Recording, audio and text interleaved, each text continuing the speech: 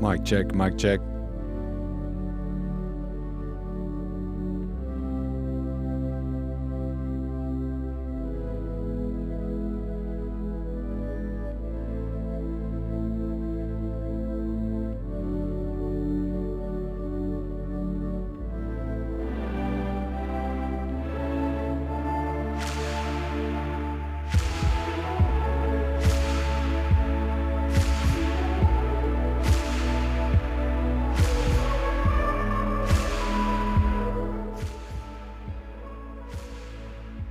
Testing, testing. 1, 2, 3, 4.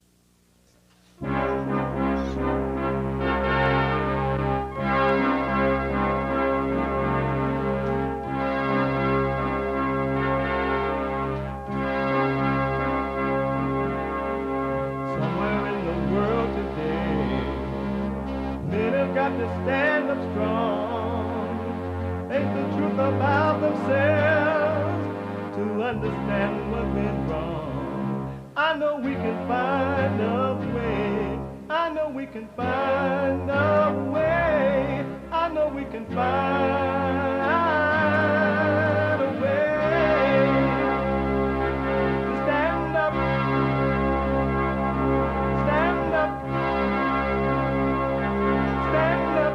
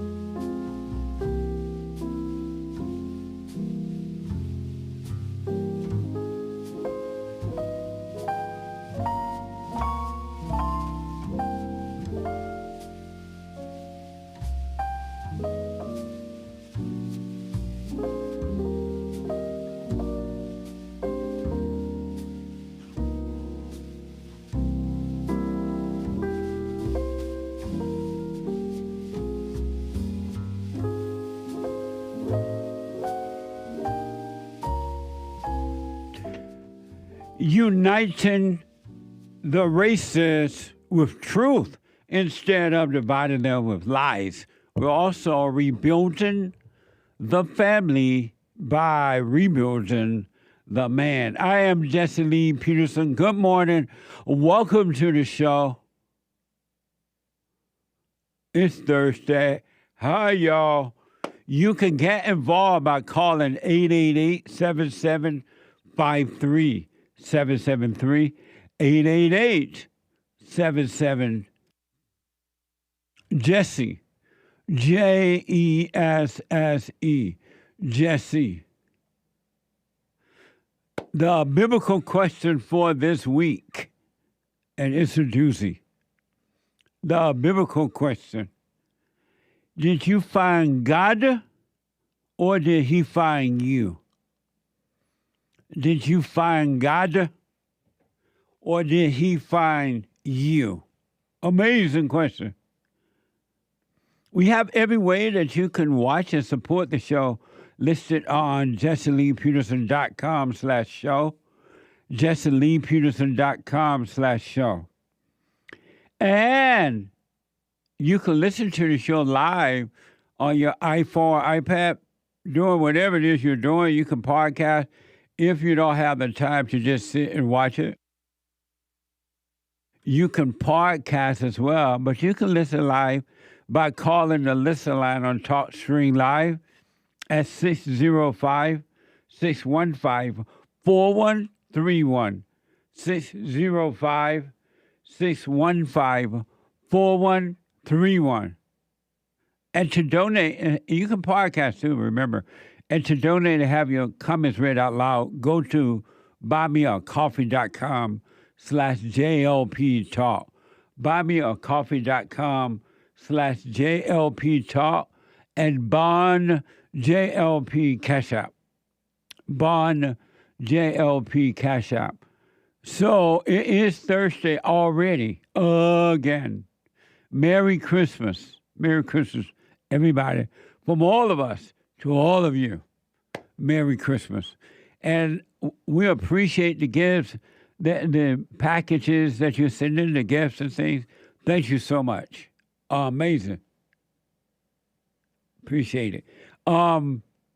So for those who are tuning in for the first time, Bible Thumper Thursday, we set aside, we take our call, but we set aside Thursday for the Bible Thumpers. We take their calls first, right?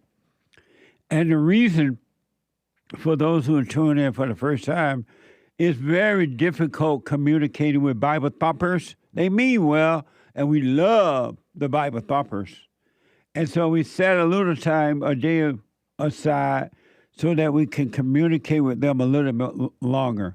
Because when you try to communicate with the Bible Thumpers, it's difficult because they only have scriptures lined up in their imagination and their intellect, and all they're doing is just ready to quote another scripture rather than communicate or question or communicate the first scripture that they mention, or Bible idea that they mention, or God idea.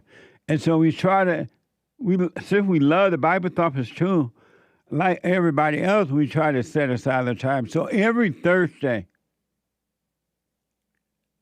is Bible Thumper Thursday. Why do Christians raise their hands during worship? If you see people living in victory and joy just exudes from them, you know it's because something has happened down deep. But I remember the first time I lifted my hands in church. I remember the first time I ever lifted my hands in worship. We clap our hands because the Bible says to clap your hands, all you people. Clap your And it hands. says, shout unto God with the voice of triumph. Shout unto God. So let's just try this, everybody. Triumph. Bible Thumper Thursday. Oh, clap your hands, all ye people, with the voice of triumph. Amazing. Bible Thumper Thursday.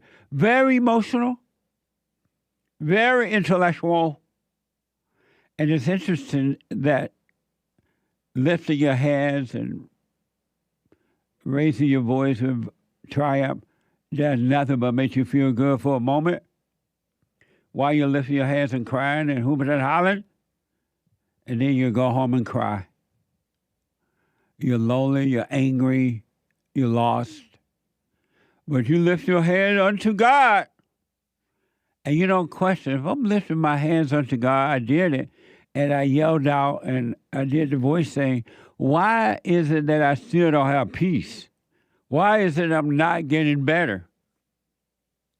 They don't even question it.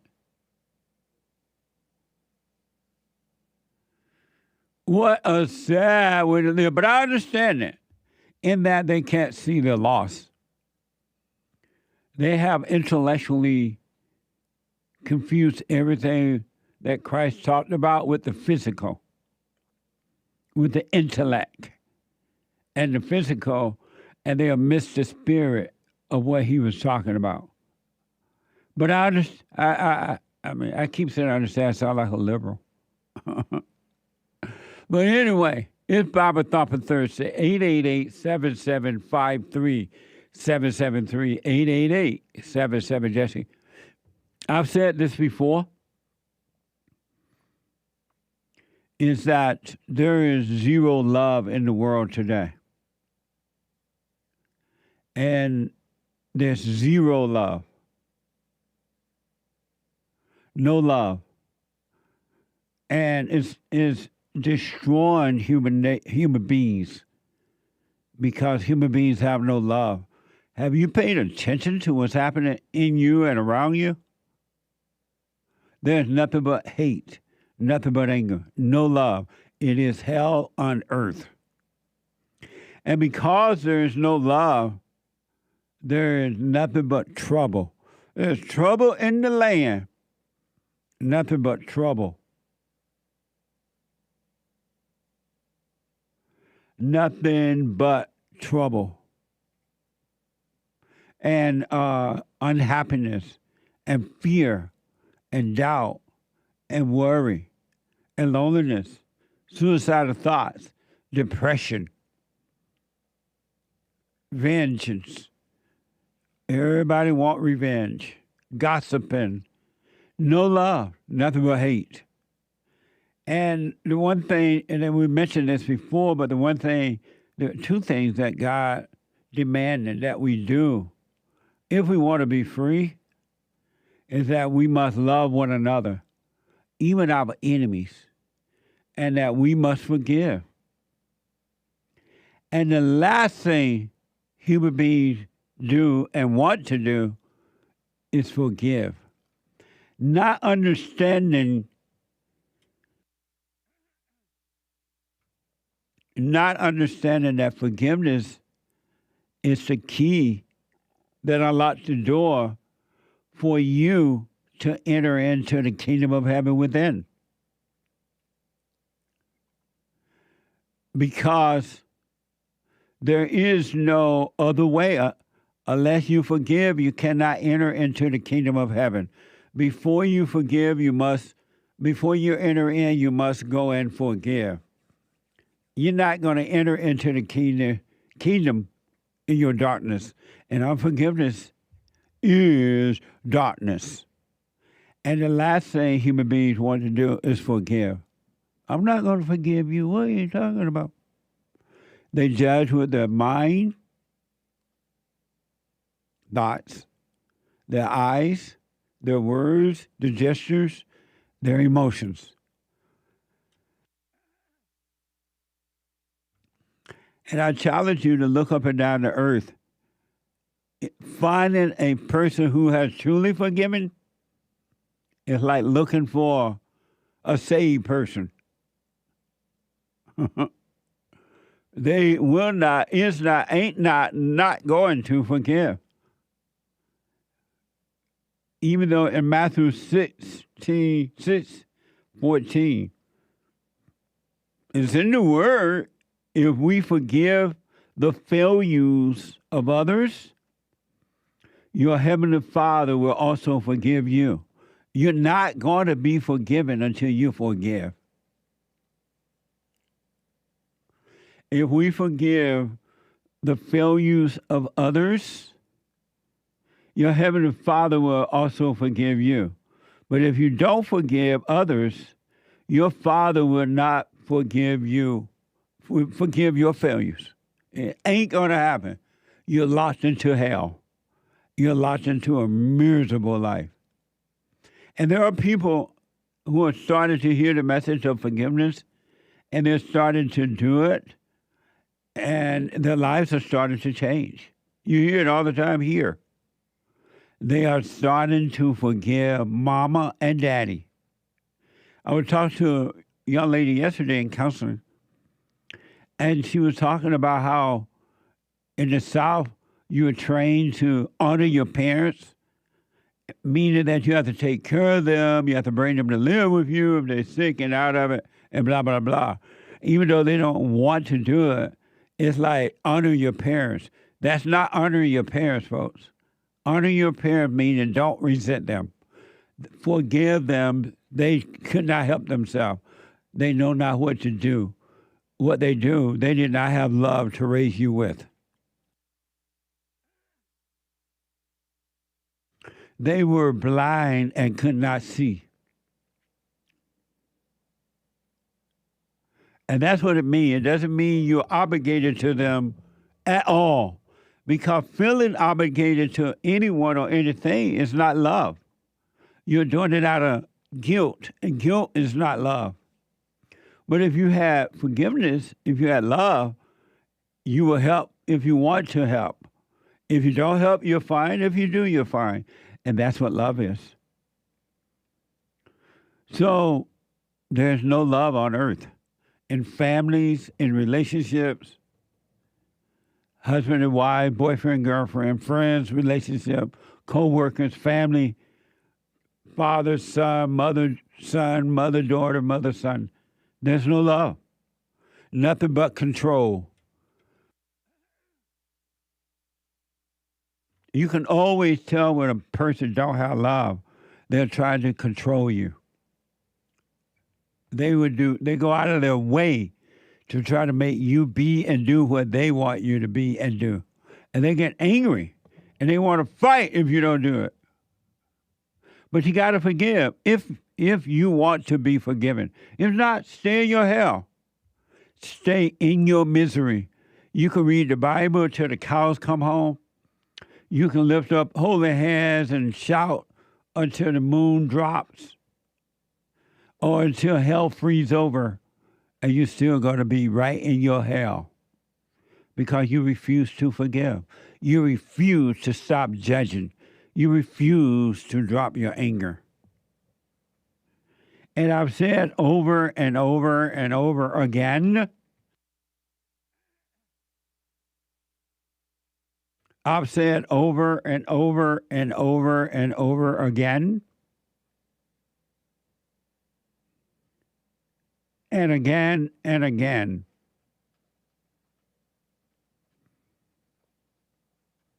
there's never, ever, I want you to really think about it. It's Bible Thumper Thursday. I want you to really think about this. There's never, ever, but never, never, never, never, never a reason to be angry. And people say, well, what about if something happened to your child? That's not a reason to be angry. Well, what about this and what about that? They're in hell talking about what abouts. If there's never, ever, ever a reason to be angry, why are you doing what abouts? Why not just say, oh, I didn't know that. Okay, I like that. There's never, I don't care what situation happens out there, inside of you or outside. There's never, ever, ever a reason to be angry. An angry person is a lost person. An angry person is an evil person.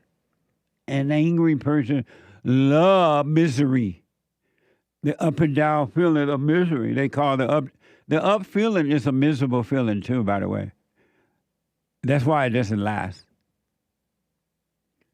So I want to know, speaking of forgiveness, if this situation were to happen to you, and you don't know until it happened how you're going to deal with it, but if it were to happen, for conversation's sake, would you forgive this woman? This is from NBC6. A Hollandale Beach, Florida woman was arrested in a bizarre incident involving her allegedly picking up a 3-year-old from his backyard and is now facing a kidnapping charge. Watch this from NBC6. Hey, Chris, you're going to see this body-worn camera and the interaction police had with the suspect in this case. As you said, she told officers she was trying to help because she thought the boy was lost. Police didn't believe her. Pamela Monslave, seen on police body camera footage being arrested. Before this, though, she tries to explain why she allegedly took a little boy out of his backyard. He was outside. He was naked. He was naked with his shirt and his everything was naked.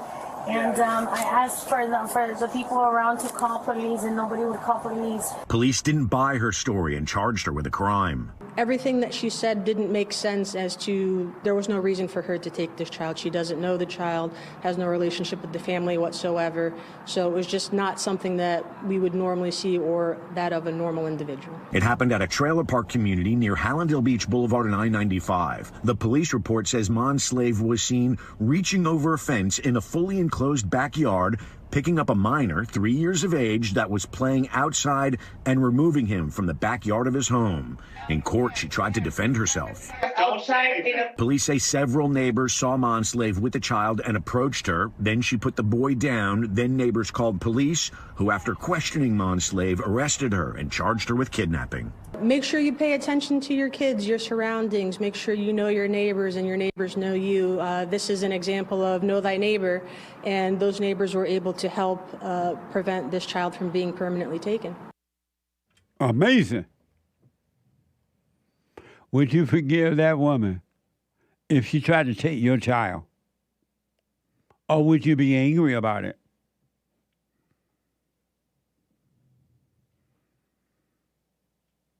Or would you be angry about it?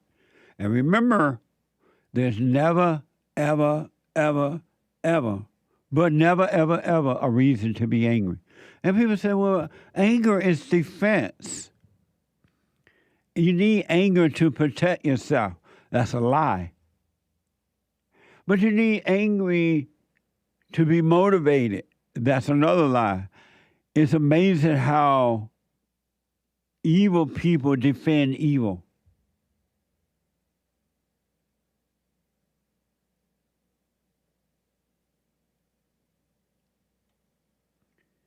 Evil people defend evil. Evil people make up reasons to be angry. What about this? What about if you're a boxer in a ring? You need to be angry to be a good fighter. No, you don't. Matter of fact, you'll be the best fighter by not being angry because you'll be conscious and you will be aware of what you're doing. And the awareness can help you win.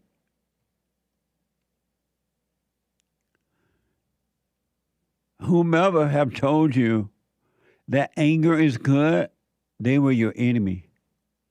And if you notice people who have anger, they have no peace. And they say, well, I'm like, well, why don't you have peace? Well, I'm only human. It's not possible to have peace.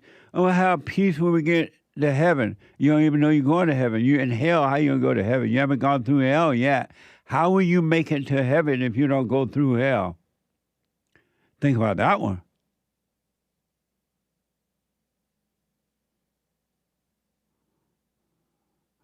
There's some crazy people out there, right? This woman been accused of reaching across the yard at somebody else's child and taking it and then lying and saying she's doing it because whatever she said. And that's because people are angry and on drugs and high and drunk and everything now. And that's how your government want you. That's how your government want you. They control you like that. The drug dealer control you, the sex dealer control you, the anger control you, and you're out of control. And it's a mess. A real mess. One that quick other soundbite, and then I get to your phone calls and super chats here.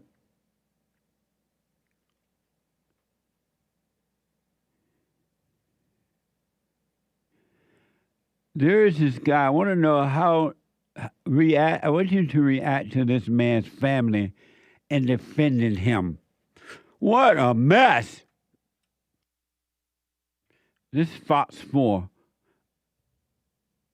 A federal judge ordered a man to remain behind bars just weeks after parishioners of a Dallas church locked the door to prevent him from entering with a gun. Watch this first soundbite from Fox 4. A federal judge ordered a man to remain behind bars just weeks after parishioners at a Dallas church locked the door to prevent him from entering with a gun. FBI agents dug through old records and charged the man in connection with a fatal 2022 shooting. Until those charges, he was free from custody, but police closely watched him. Fox 4's David Santendry has all the details. David.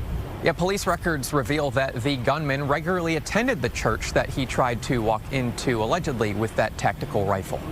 In newly obtained police and court records, officials say Russell Allen Ragsdale Jr. stood from his front row seat at St. Augustine Catholic Church in Dallas's Pleasant Grove neighborhood on November 2nd and approached the priest, embraced him, and kissed him on both cheeks before giving the priest a note reading, "May peace be with you." Then Ragsdale allegedly went to his car, put on a black and white poncho, and grabbed a tactical rifle. Police say he closed the gates to the parking lot before trying to re-enter the church, while 100 people were inside.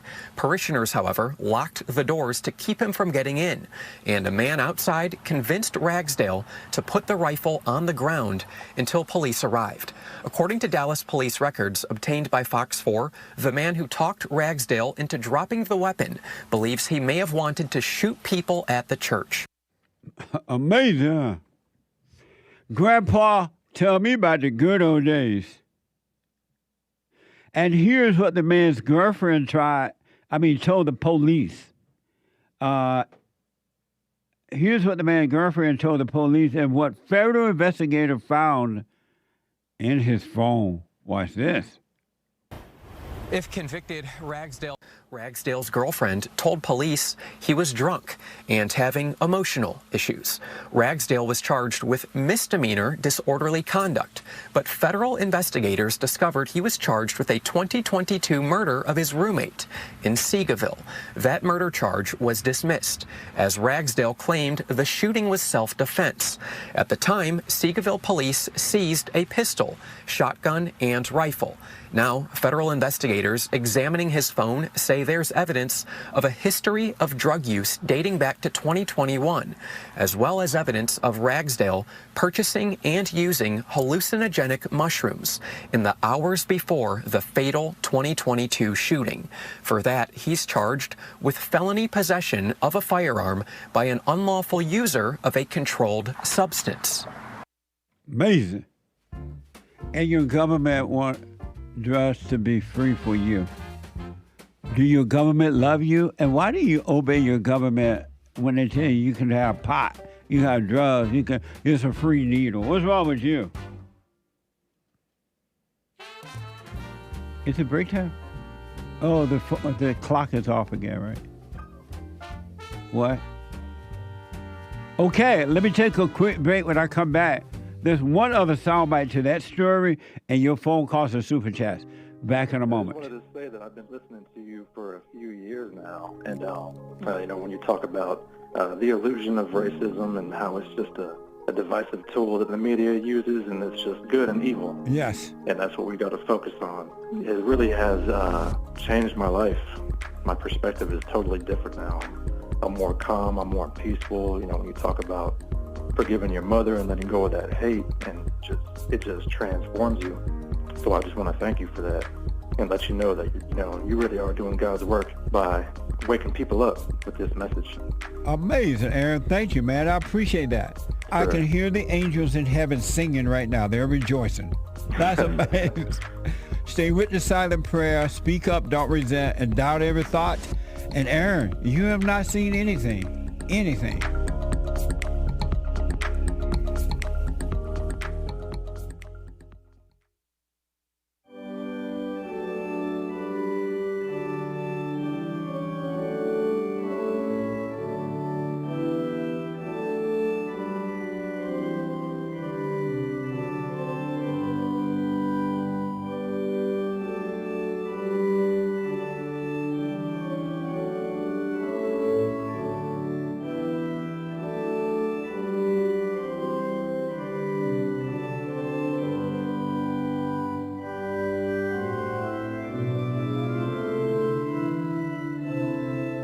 Merry Christmas, folks. It is Christmas season.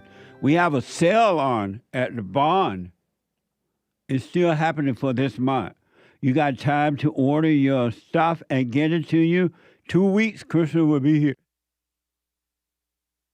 Excuse me. Two weeks, Christmas will be here. So order your merch, your books and everything. We have slow mail. We have DEI mail. So you order now, you may have it in 2 weeks. Maybe. Go to rebuildingthemand.com, rebuildingthemand.com, and check out the Bond Holiday Sale. 15% off on all merch this month. Go to rebuildingthemand.com/store, and I will sign the books to whomever you like. Amazing books. My books are amazing. And a brand new episode of The Fallen State this tomorrow. If the Lord is willing and the creek don't rise, a brand new episode of The Fallen State. I had a very interesting discussion with Dikari Lariat, a former Whirlpool executive and self-proclaimed police brutality survivor. Watch this. Next time on The Fallen State. You were allegedly a victim of a so-called police brutality, right? It was 2 hours of terror. There was obvious homophobia. When the troopers came to my car, made note that he smelled something fruity. That is a form of slavery. I was shackled. You asked him for $10 million. For me, it's not about the money, Jesse. What is wrong with the black? That's a whole lot That of is a whole series. That's not even one episode. Amazing. $10 million. That's a whole lot of police brutality. That's enough police brutality to last you a lifetime. $2 million worth. What? No. The Fallen State this Friday at 12 noon. And support the Fallen State right there. thefallenstate.tv/donate. Or locals.com. All right? My friend just texted me and told me that, speaking of anger, Muhammad Ali didn't have anger. And he was the greatest of all times. I don't know if Muhammad Ali did not have anger. Where you get that idea from, friend? Where you get that from? What? Anyway, so let me know where you got this idea that Muhammad Ali did not have anger. One last to this soundbite where this man been accused of going in, or attempted or thinking about allegedly going into the church and hurting people. According to a reporter, the man's mother believed this was all a misunderstanding. Watch this. If convicted, Ragsdale faces up to 15 years in a federal prison. Now, according to the federal complaint that we obtained, Dallas police officers have been conducting surveillance on Ragsdale throughout the past month, just monitoring him, different places that he's going. I did have an opportunity to speak with Ragsdale's mother just about an hour ago. She contacted me after I had reached out to their family. She's saying that she believes this is all a misunderstanding. She does not believe that her son wanted to cause any sort of harm to anyone, and that he has the full support of her family. And when, according to the story, when he went out and got his gun out the trunk and tried to come back into the church, he was just playing. That was a misunderstanding. When he kissed the priest on both cheeks and gave him a note and said, God be with you or something, he was just playing. He went back and got his gun because out of the trunk, because it was a misunderstanding. A mother love is just so special. A mother love will stay with you until the day you die. No room for God's love. Would you forgive that man? What do you think about that story? Now can you see hell is on earth? You're wondering, I'm afraid to go to hell. I'm afraid to die. Because I don't want to go to hell. You're already in hell. Wake up. You're in hell already. And the two little things that God said for us to do were three. To love him with all our heart, soul, and might. Forgive and to love even your enemy. And you refuse to even do that. How are you going to do the rest if you can't do that? Well, I can't do that. There's no talking to you. I'm so sad that you're leaving. I'm so sad, can't believe it. But what am I supposed to do? Well, I can't do that. There's no talking to you. Amazing. Let me go to Jim, a first-time caller out of Nevada. Jim, welcome to the show. You're on the air. Hey, thanks, Jesse. It's great to talk to you. Thank you, Jim. Hey, first of all, congratulations to our number 47 Trump. Happy to have him back, right? Daddy is home. Daddy is home. Oh, man, amazing. Great times. Great times. The great white hope. Absolutely. Hey, Jesse, I just had a question for you. I was curious your perspective. I love listening to your show.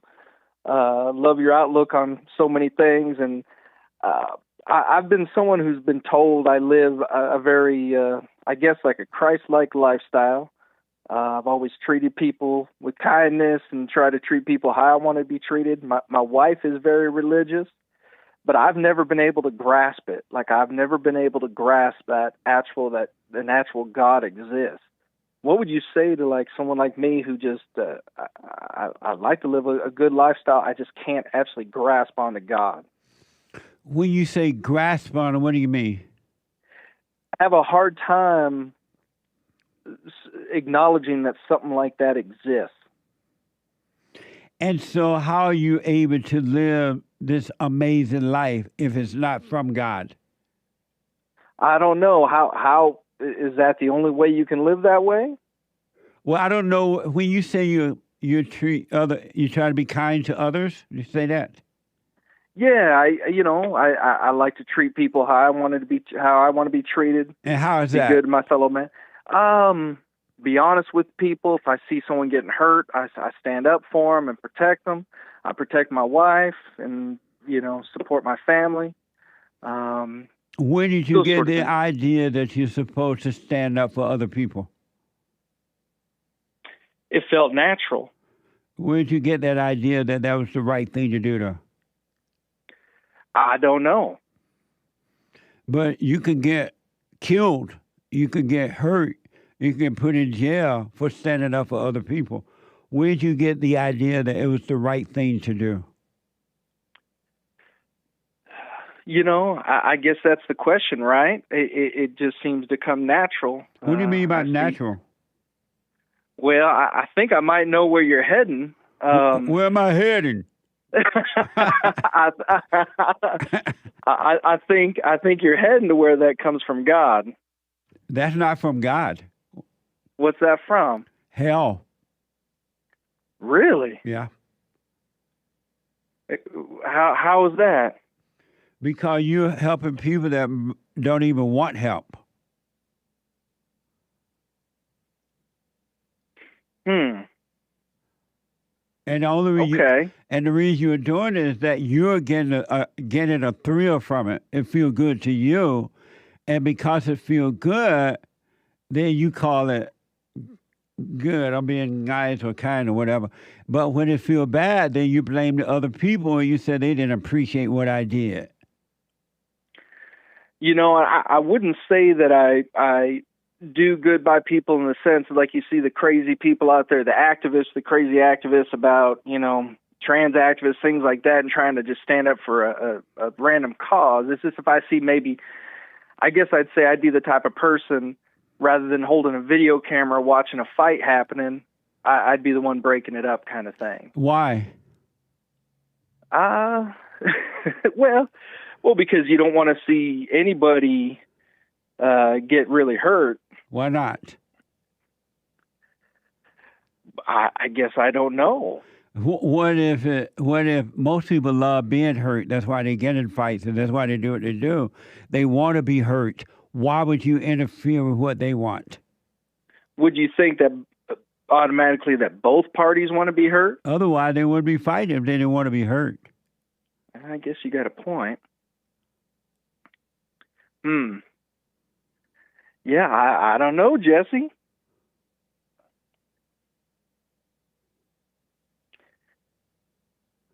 And when you say, did you say the idea of how to grasp God? Yeah, like the actual existence of them. And you say you're married to a woman who believes in God? Oh, yeah. What is that like?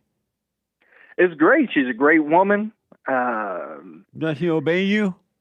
Yeah. Your wife obey you? Oh, yeah. And, you know, yeah. Hey, I tell you what, and on top of all that, she's Mexican, became a citizen, and she voted for Papa Trump for her first election this year. She was so proud. Are you white? I am. And you married a Mexican? I did. Why? Because I loved her. You couldn't find a white woman to love? You know, I guess none of that really matters to me. I just met her, and she was great. But I think so. You're white, and all these white women in the world, you can find one. I wouldn't say I was looking. Oh. I ran into her, and she comes from a lot of those. I think what I'd say a little bit more of the old school American values, and a lot easier of a woman to deal with. Was she illegal? She when she was originally here, she overstayed a visa, and we had to go through the. She was illegal. She was for a short time. Until you married her.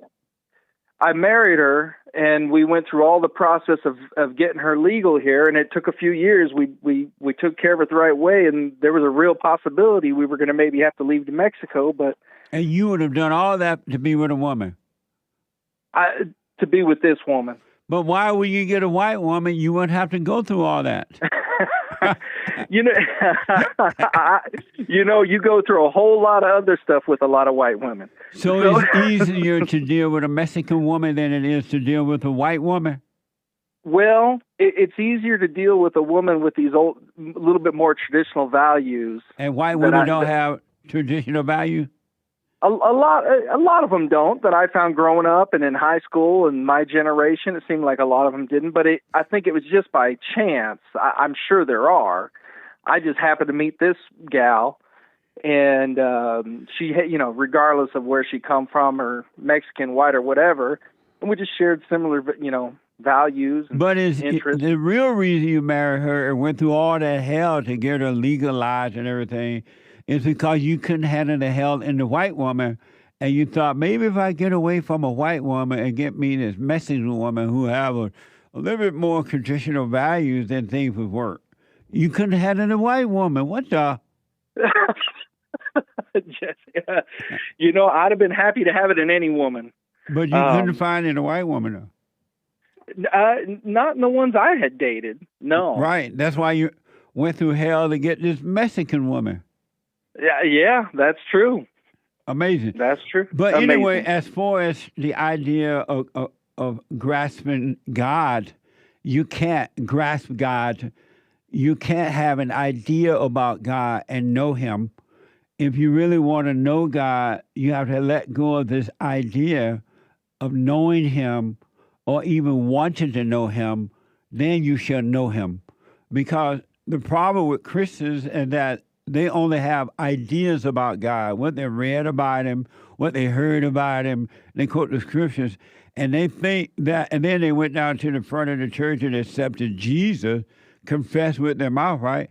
But they only have ideas, and ideas keep you away from knowing God. The best way to know God is to not know him, to not have any ideas about him at all. And then how do you get that faith? By not knowing God. And you know what? Faith, weak people have faith. Ideal people have faith about God, but you want to know him. My children shall know me by my voice. You want to know him. You don't want faith about him. You want to know him. I appreciate it, Jesse. I appreciate what you talk about, and I appreciate you taking time this morning to talk to me. Have you forgiven your mother? Sure. I didn't know you'd bring that one on me today. Have you forgiven your mother? No, I guess I would say what you hear a lot. I didn't know I had to. Have you forgiven your mother? No. So you lied. You said, yeah. And then you said, I didn't know it. And now you're saying no. Why did you say yes and all that? Why didn't you just say, no, I have not forgiven her? You know, I've heard you ask that question a lot, and I'm not sure really what I have to forgive of my mother. The way she treated you and turning you away from your father, being too mothery or too dominating in your life, too controlling. That's why you married a Mexican woman, because you hate your mother and you wanted to get away from the white woman. Because you're trying to get away from the spirit of your mother, not realizing you still married your mother when you married that Mexican woman from Mexico. It's still mama. I guess that's something I got to work on. Why don't you forgive her? What would happen if you forgave your mother? Oh, she'd be great. She'd be cool with it. But why don't you go and forgive her for what she's done to you? I think it's hard for me to see that she's done anything wrong. Was she perfect? I get what you're saying. Go ahead. Was she perfect? No, I don't think so. Did she make any mistakes? Sure. Like what, for an example? Things that were irritating you about her, or things that you wish you didn't do or say, whatever. Give me one small example. You know, I think we all make mistakes. I can't think back. How about your mama? Give me one small example of your mama. That's hard. Mom was a good mom. It's hard for me to think of. So you can't think of one thing she did wrong. I'd have to think about it, Jesse. So you got to think about one thing Mama did, right? Wrong. Yeah. And how about father? Did you forgive your father? Yeah, I think I forgave my dad. You told him? I never had a chance to tell him. Why? But I think I felt like it was implied. Why you never had a chance to tell him? He's not here anymore. Where is he? Yeah, he's dead. He did. He did. Yeah, he's gone. What one thing your father did wrong? You know, it would have been nice to have more time with him when I was a young kid and they were divorced. That's the only thing he did wrong? Oh, God, I'm sure he does other things wrong, but so why that's are the you first thing so that comes to mind. sure that your father did wrong, but not your mother? I wouldn't say I'm sure about that.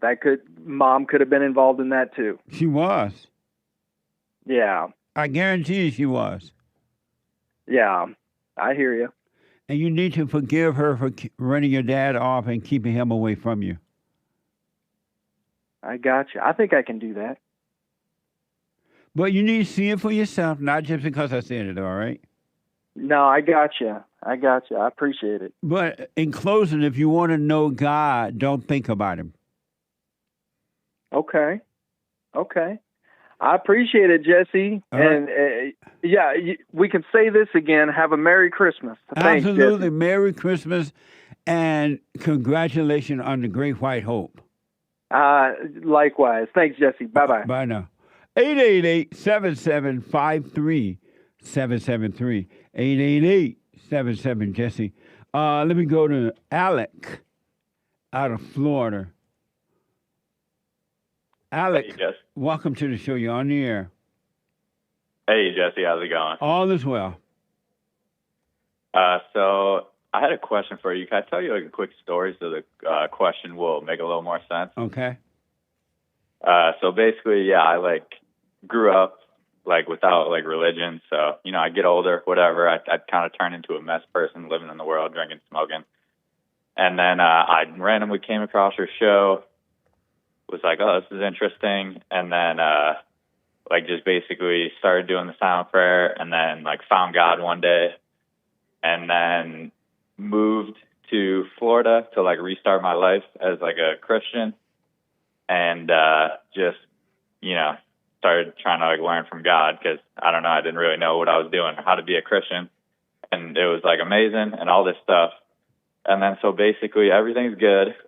And then I meet this girl at church and then I thought this girl reads at the church, so she's going to be good or whatever. So I'll be safe because I wasn't speaking to women for almost 2 years because I don't know. I mean, basically, I just didn't want to accidentally, well, not accidentally, but be tempted to sleep with one or something. Right. So I was like, oh, this one will be safe. She reads at the church, and then basically we go out for the first time, and then she just pretty much tries to sleep with me. So I say no, whatever, and I go, and I meet with my priest. I'm like, oh, this, I met this girl. She's nice and everything, but she tried to do this, and he's like, oh, well, don't do it. Tell her that you can't do it. Just sit her down. So I sit her down, tell her, I'm like, oh, we can't mess around or anything. We just got to get to know each other. And she says, oh, no, I'm not doing that. and then I was like, okay. And then so I keep talking to her because I'm too weak and she was hot or whatever. And then and then one day I started to have sex with her, but then I stopped because I felt guilty. And then so basically that's what happened. And then my question is, so I heard you say basically once you forgive and become a Christian or whatever, you're not supposed to sin anymore. So am I still messed up since I still sinned and you know what I'm saying by that? Yeah, I understand. Can you hold for me? Yeah, for sure. Let me take a quick break. 888-7753-773. 888-77-JESSE. So my friend texted me about Muhammad, why he believed he did not have anger. I'll tell you about that when I come back as well. Hate news, not the fake news. Back in a moment. I read or heard that some Republicans are starting to pull their advertisements from Google or whomever, right? Because so many conservatives are being shut down, discriminated against, shadow banned, and all that kind of stuff. So conservatives are starting to fight back. It is happening to us too. I was just taking it one day at a time. But you can go to JLPtalk.com and find all the ways to support us. You can check out rebuildingdemand.com and support our nonprofit organization. You can call 800-411-BOND, 800-411-2663. And don't forget to like, subscribe, follow, share, and Sunny. And also, we have thefallenstate.tv. Ring the bell.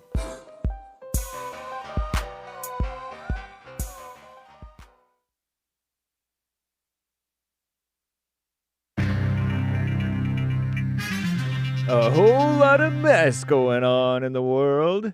This is the end of hour one of the Jesse Lee Peterson Show. It is Thursday, December 12th, 2024 AD. Happy Bible Thumper Thursday, everybody. The lines are full. JLP will be right back to your calls. But first, fake news, not fake news. Commie Nonsense Network CNN reports in the coming hours, and it may already have happened, Time Magazine, far-left extremist Time Magazine, is expected to name President-elect Donald J. Trump as 2024 Person of the Year. Man of the Year is what it really is. Person of the Year. Other contenders on the short list included so-called Vice President cackling Kamala Harris. Oh, Lord. Princess of Wales Kate Middleton and billionaire Elon Musk, and also Israeli Prime Minister based Benjamin Bibi Netanyahu. But Trump won it. And there is an FBI shakeup. Speaking of Trump, FBI Director Christopher Wray, whom many wanted Trump to fire for years now, will resign at the end of the Biden administration, the crooked Joe Biden administration.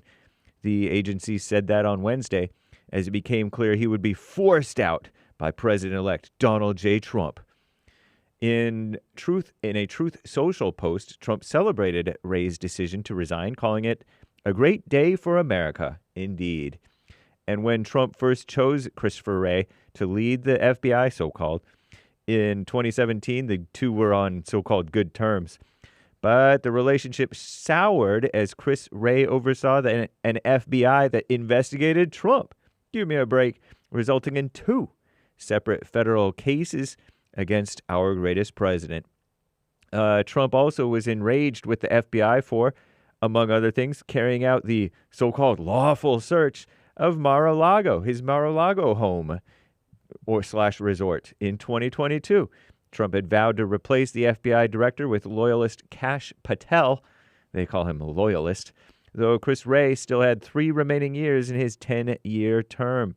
Kash Patel will need to be confirmed by the far-left lame-o Rhino Senate. What a mess. And that CEO murder investigation, you hear about that? The 3D printed gun that the CEO killing suspect Luigi Mangione had when he was arrested this week in PA, Pennsylvania, reportedly matches 3 shell casings found at the crime scene in Manhattan. That's so said police. The 9mm shell casings had the words delay, deny, and depose written across them. 1 word per round or bullet or whatever it's called. I'm not sure because I don't know gun vernacular. Police had been looking into whether those words, which match the title of a 2010 book critiquing the insurance industry, may point to a motive for the killing of the United Healthcare, all one word, CEO Brian Thompson. Mangione's fingerprints also matched the investigators, what these investigators found on items near the scene of the December 4th murder. Authorities said. Mangione's lawyer told Commie Nonsense Wednesday that he wants to examine the evidence that police say they have against his client to assess their truthfulness and accuracy. Well, we want the truth and we want accuracy. Some of us do anyway, maybe. And presidential pardon, so-called presidential crooked Joe Biden, sleepy Joe Biden, really, announced he is commuting the sentences of some 1,500 individuals. He's letting them all out of prison and pardoning 39 people convicted of so-called nonviolent crimes, marking a broad use of the presidential clemency power just weeks from the end of Crooked Joe's administration, Sleepy Joe's administration. The individuals whose long sentences will be commuted were placed in home confinement during the China virus scamdemic and were deemed to have demonstrated a clear commitment to rehabilitation and reintegration into their communities, so said sources. The dozens of others being pardoned were convicted of so-called non-violent crimes and considered to have demonstrated records of meaningfully giving back to the country. Oh, please, sound like liberals. This comes on the heels of his decision to pardon Hunter, his son. I'm James Hake. Now back to JLP, Hour 2.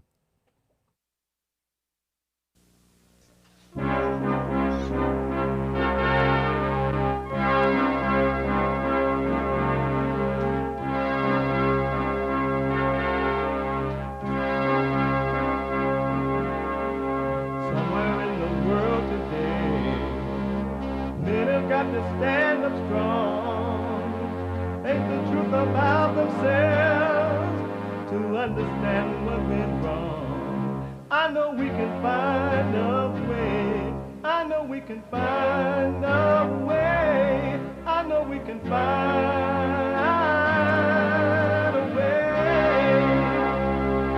to stand up, stand up, stand up.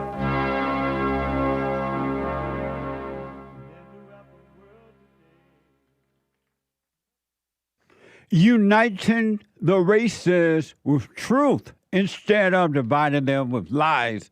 We're also rebuilding the family by rebuilding the man. I'm JLP Peterson. Welcome to the second hour of the show today. You can get involved by calling 888-7753. 773-888-77-JESSE. And my biblical question for this week is a doozy. Did you find God or did he find you? Did you find God or did he find you? Amazing. You can, if you're out and about or just laying up at the beach or whatever, or selling fentanyl or trying to steal somebody's child from their backyard, or you try to go into a church with a gun, or whatever, you could be listening to the show as it is happening by calling the listen line on TalkStream Live at 605-615-4131.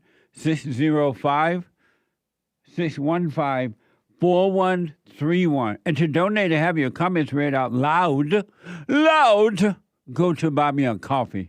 BuyMeACoffee.com/JLP Talk or Bond JLP Cash App. Bond JLP Cash App. It's Thursday, second hour, and every Thursday is and will always be Bible Thumper Thursday. Oh, Lord! He's drunk as a bastard. All right, brother. Are you ready? He's drunk as a badger. Go ahead. Let that Holy Ghost language come up out of you. Go ahead. The Holy Ghost language. What the?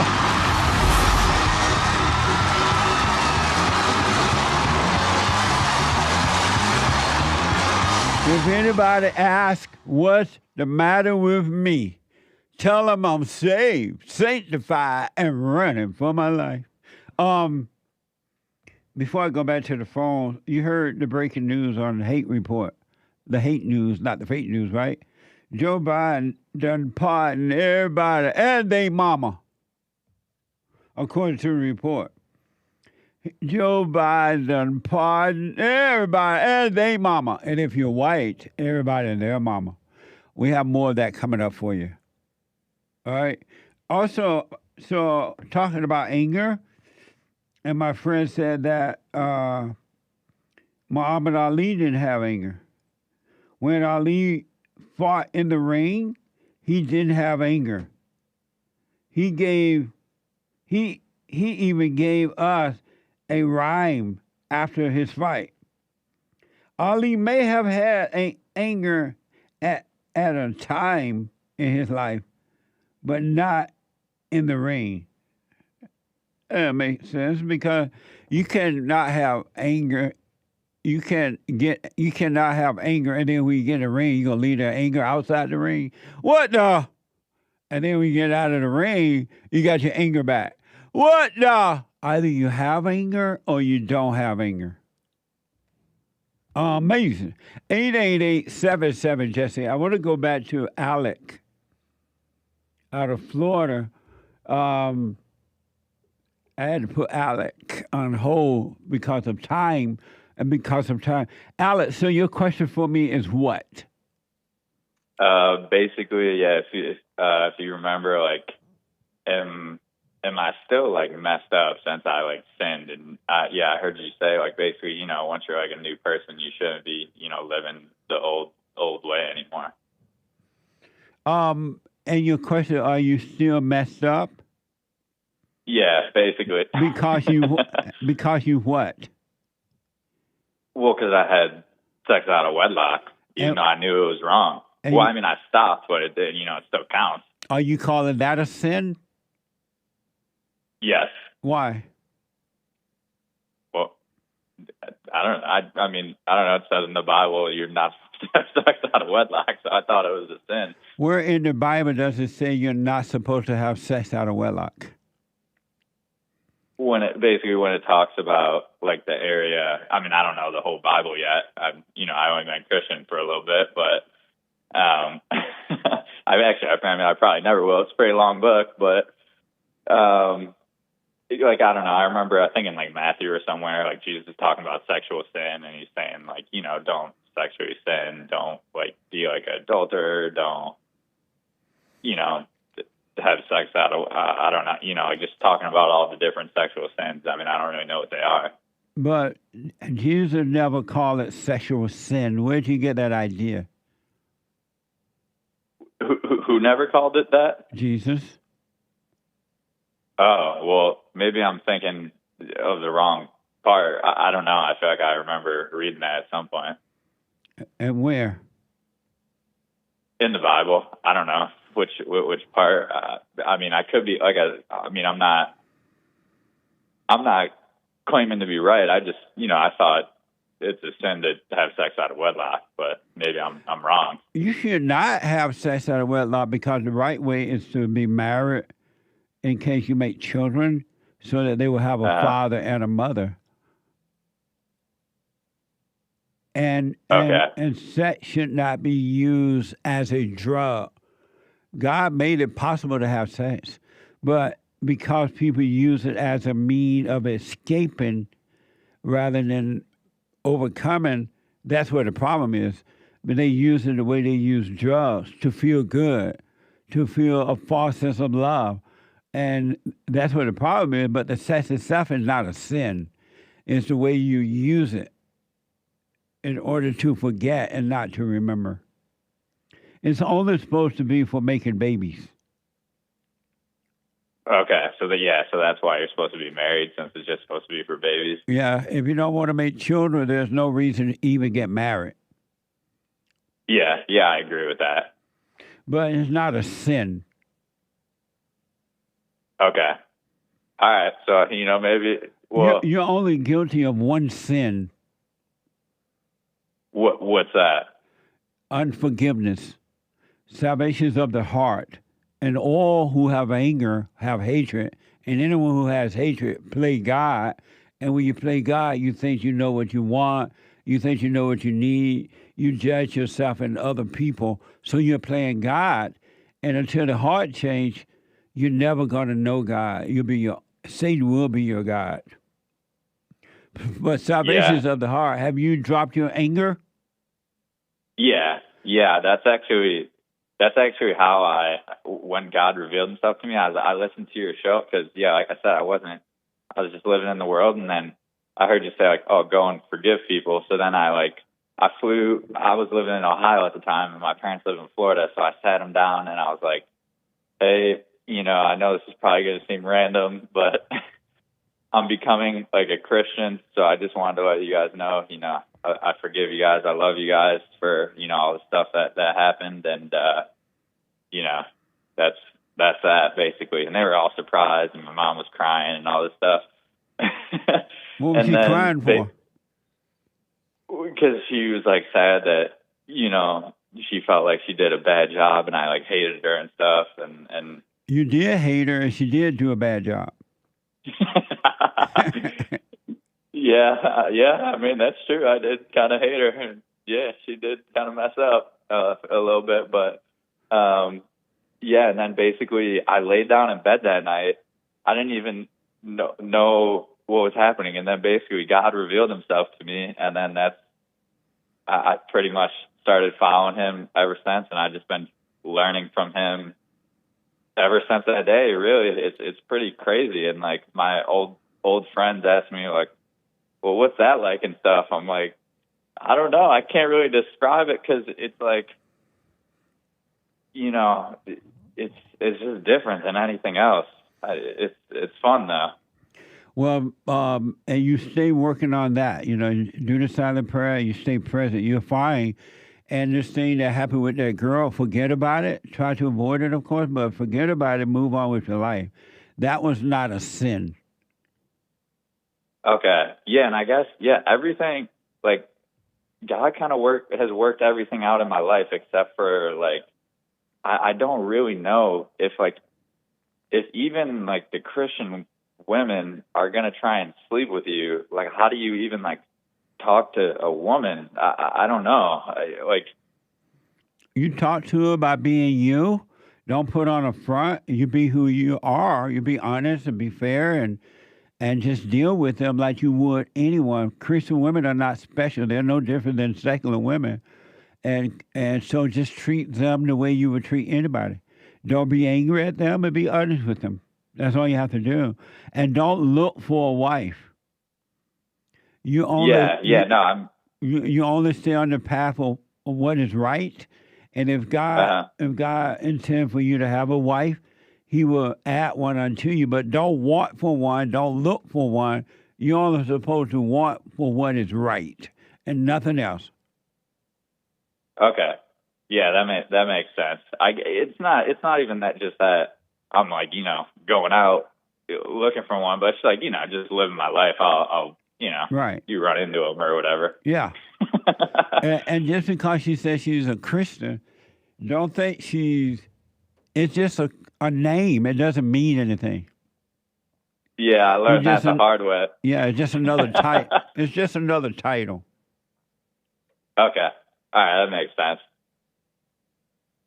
All right, well, yeah, no, I love the show, and thank you. You're pretty much the reason I found God and changed my life. Forgiven and all the stuff. It actually works. So yeah. Thanks a lot. You're welcome, man. And stay with us. Stay present. You'll be fine. It gets better. Okay, awesome. Well, Talk to you later, Jesse. All God right, bless. Bye. You too. Merry Christmas. Bye. Bye. Amazing. So according to Fox 59, President Joe Biden is commuting the sentences of roughly 1,500 people who were released from prison and placed on house confinement during the coronavirus pandemic, and is pardoning 39 Americans convicted of nonviolent crime. Now, are you okay with Joe Biden pardoning his boy? Are you okay? Josh out of Georgia. Josh, welcome to the show. You're on the air. Hey, Merry Christmas, Jesse. Merry Christmas, Josh. Amazing. Yes, sir. All right. I was calling to answer the biblical question there. Did you find God or did he find you? I don't see that I have found God yet.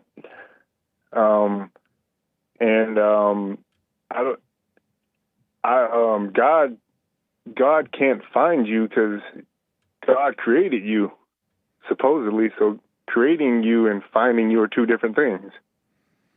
So. And so did you find God or did God find you? I didn't find God and God did not find me. I once was lost, but now I'm still lost. Wanna be found, but he won't.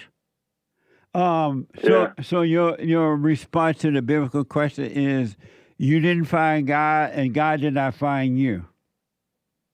Yeah, I believe in God. I want to know God, and I believe I've taken steps towards that. And I'm just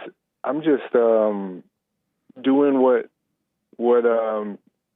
works, trial and error. I'm just doing what seems to work. And what do you mean when you say I do believe in God and I want to know God? How do you believe in Him but don't know Him? Because believing is just learning the concepts and ideas about it, which doesn't mean anything. So then, why don't you drop your belief in him? The belief. Why don't you drop it?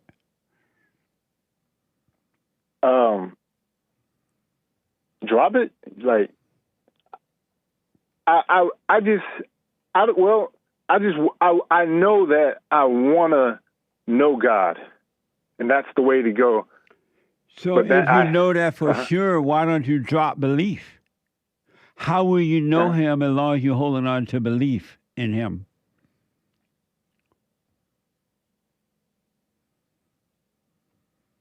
Let's see. I didn't know I had to drop the belief in order to know him. But how can you have both? Are you believe him or you know him? Which one you can't? Why are you holding on to belief if you want to know him? It must be that it feels good to believe, and I'm running from the pain of not believing the thoughts that don't want me to know him. Repeat that. It must be that I'm running from the pain of. Adjust the camera because I had to let my seat up. Somebody had to let my seat down. Go ahead. It must be that fine. Go ahead. It's got to be that I'm running from the pain of dropping the belief in God or the ideas about it. That's the only thing I can see is I see myself constantly chasing these thrills, and to not chase thrills is pain, and I'm running from that pain. Why run from it instead of run toward it?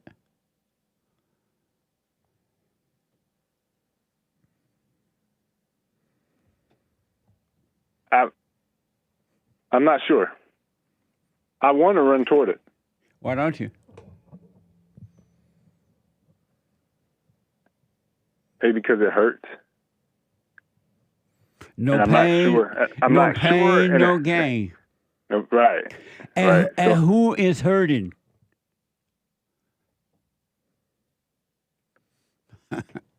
Yeah, probably the thing in me. Who is hurting?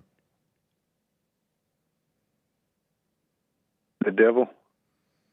So if that's true, why do you say, I don't want to feel the pain? Yeah, I misspoke. All right.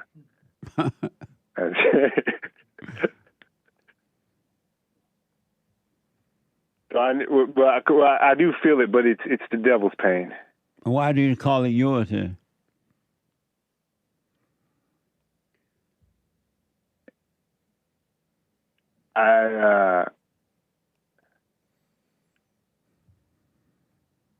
Yeah, I don't know. It's tricky. I got tricked into doing that. I got tricked by the devil. Amazing.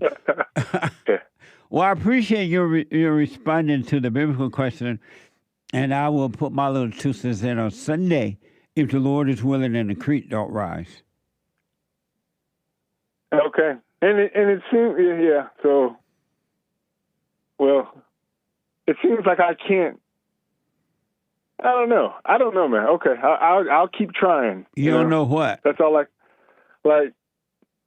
you asked me, why don't I just drop my beliefs and drop? Why don't you just drop the thoughts? Why do you still believe thoughts? Why do you trust thoughts?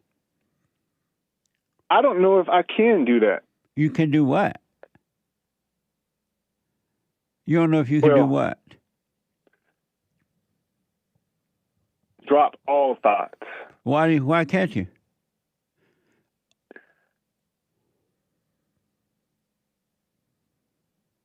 It seems like only God can do that through me. Like if I try to do it, it doesn't. So I'm not sure how to do it. If you believe that, then why don't you let God make you? drop your thoughts? Why don't you allow him to do it, if you believe that? That's what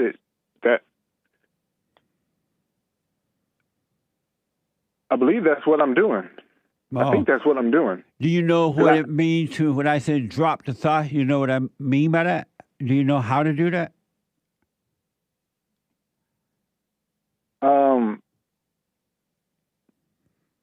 To just watch. That's them, right? all you do. Why don't you just watch the thoughts and let them be and stop going with them? So, right. So I see No, myself that was a going. question. I try to do that, but I fail at it every time. Then you're not doing it. You're not trying. Yeah. All you gotta do is watch Yeah, them I'm and not do trying. nothing. All you gotta do is watch them and do nothing about it. Why that's difficult? Why can't you just watch them as though you're watching a movie? You can't make the movie change its scene. You have to watch it, right? Right. Why don't you do the same with the thoughts?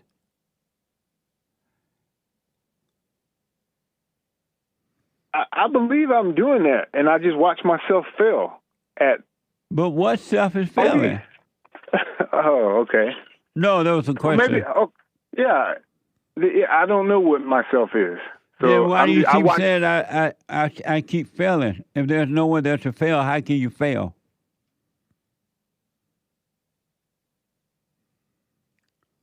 Yeah. I don't even know if I am failing. But you said you are. Why you say you are? It seems like I'm failing, but I'm not 100% sure. How does it seem like you're failing when there's no one to fail? There is no you to fail. How come it seems like you're failing when there's no one there to fail? It's just another idea you have. Yeah. No, but how are you failing if there's no one to fail? I don't know if I'm failing or not. I don't. You said you were. Yeah, because I wasn't 100% sure. It seemed like failure, but it's possibly not. Probably not. What? So I don't know what. Words are tricky.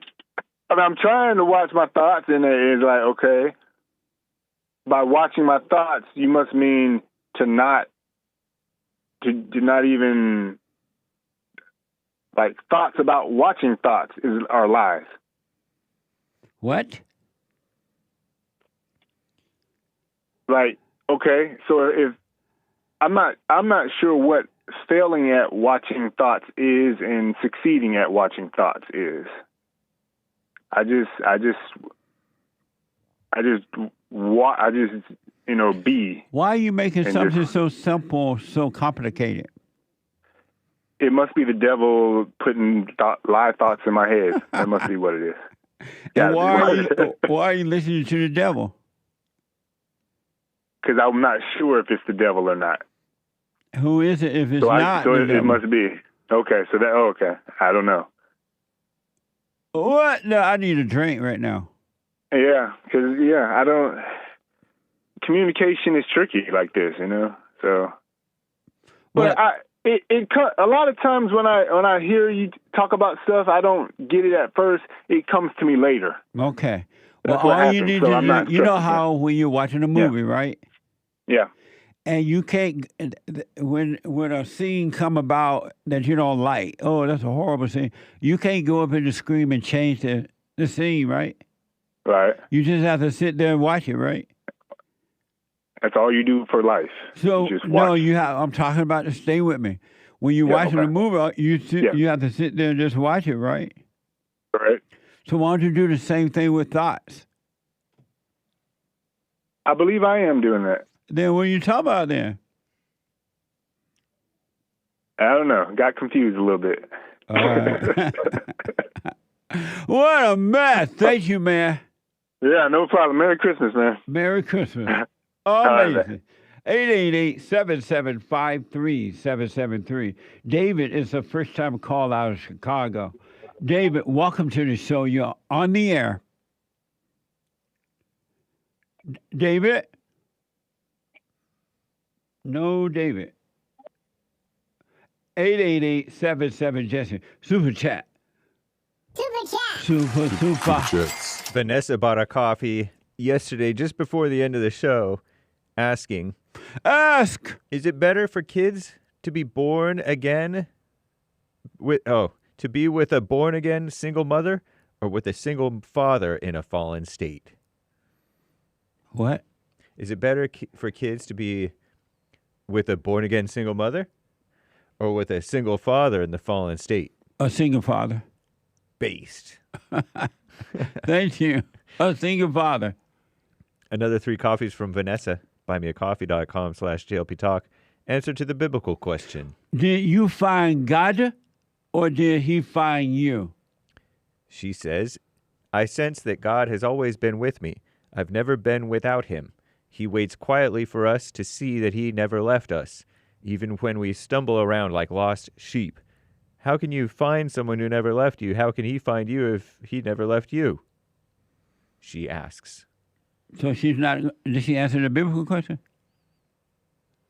Yeah, she says neither, but not in the way that Josh in Georgia just said neither. But she made a statement. She didn't answer the question. Are you done reading? Is there more there? Nope, that's it. She's not answering the biblical question? She's talking around and about the biblical question. No, the biblical question, what's her name? Vanessa. Vanessa, the biblical question is, did you find God or did he find you? Can you make that clear? Answer the question, did you find God? Because that wasn't, you didn't answer the question. Thank you, though. Answer, if you want to respond to the question, is did you find God or did he find you? Thank you, Vanessa. Yeah, thank you, Vanessa. Amazing. Rocky Road bought a coffee. Jesse, let me ask. Ask. Since I've been born again of the Spirit and no longer have anger, do I have to go and forgive all the people that I resented when I was in my fallen state? Because if so, I'll be forgiving people until the cows come home. Or is forgiving my mother and father enough? That's enough. Once you truly forgive your parents, then you're free of anger. There's no one else to forgive. You forgive all. You don't hold anything against anyone for any reason. Amazing. Thank you. Also on Buy Me a Coffee, Deplorable Dave, Jesse, seemingly in response to the biblical question. Did you find God or did he find you? Jesse, I didn't find God, and he didn't find me either. He was already inside of me and all of us. The biblical question has been answered 100% correctly now. On to next week's question. You're welcome, y'all. Thank you for putting your 2 cents in. I'll put mine in on Sunday. Thank you. Sounds similar to Vanessa's answer. Right. Forgive Yo Mama bought a question, although he was more direct. Yeah. Forgive Yo Mama bought a coffee. My answer to the biblical question? Did you find God or did he find you?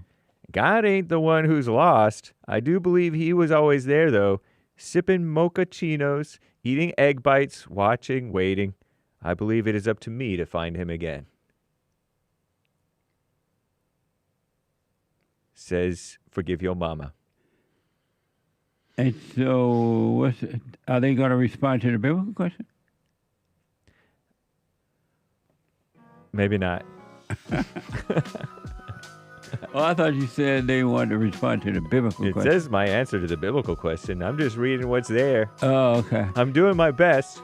If you're responding to the biblical question, if you can, make it about the biblical question. Thank you. Respond to the biblical question. I appreciate it. And we'll have to read the rest of these after this break. Thank you all so Thank you, much. guys. Let me take a quick break. Back in a moment. What a mess.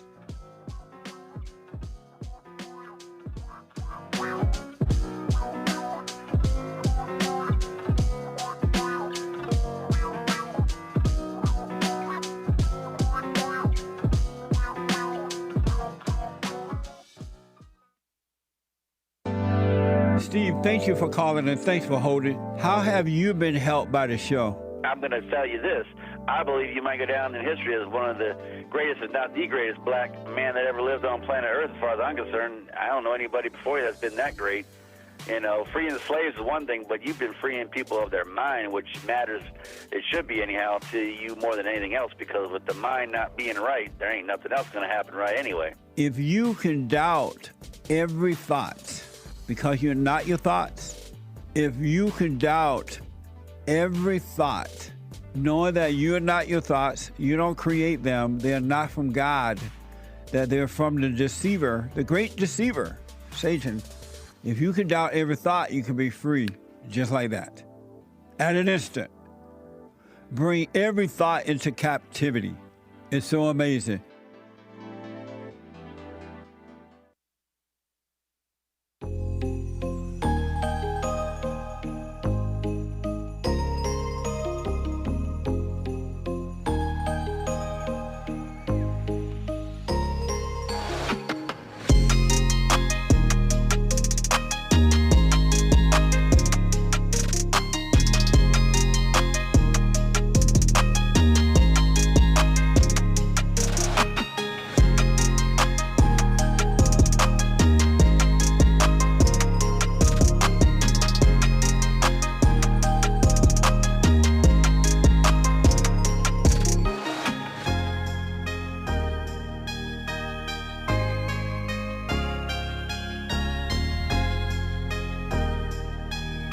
Okay, welcome back. 888-775-3773. 888-77-JESSE. The Hake Report is coming up at 9 a.m. this morning. The Hake, H-A-K-E report.com. And at 11 a.m., Hake is from 9 to 11. And at 11 a.m., Joel Friday TV. You black, Joel Friday TV at 11 a.m. At 12 noon, The American Anchor Baby. The American Anchor Baby at not 12, but 4 p.m. My bad. 4 p.m. Pacific time. The American Anchor Baby.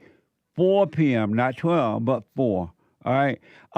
Merry Christmas to all from all of us at Jesse Lee Peterson, Bond, thefatherstate.tv, the radio show, Hake, Joel, the producer of the fatherstate.tv, and the American Anchor Baby. Joel Friday and the American Anchor Baby. Merry Christmas. And thank you all for all the gifts you're sending us. Fruit baskets and all kind of stuff. Gestures. Hey, gestures from all of us. Thank you for the gift you're sending us. It's amazing. Gestures. What you doing, Gestures? Hake, my friend said Muhammad Ali only had anger outside the ring, not on the inside. Because he made rhymes when he won on the inside. That doesn't make sense. That's a nice try, though. You can any old angry black can rhyme. Look at Tupac. Shout out. Have you ever heard of a holy door? This morning I did. That's your first time hearing about it in the meeting this morning? That's right. What's wrong with the Catholic people? All these traditions. They're so into worshiping the outer world and nowhere in worshiping the inner world. What happened? No wonder the Pope is sick. The Catholic have something called the holy doors. And people are crazy enough to think they're walking through holy doors. A door is just a door. Ain't nothing holy about it. Some of these doors are pretty cool, though. They're a cool door, but they ain't holy. That's fair. And the Pope is sick. He's going to open them, I heard. I bet he is. With all that anger. There's something called the holy door. And I want to know your thoughts on the holy door ritual.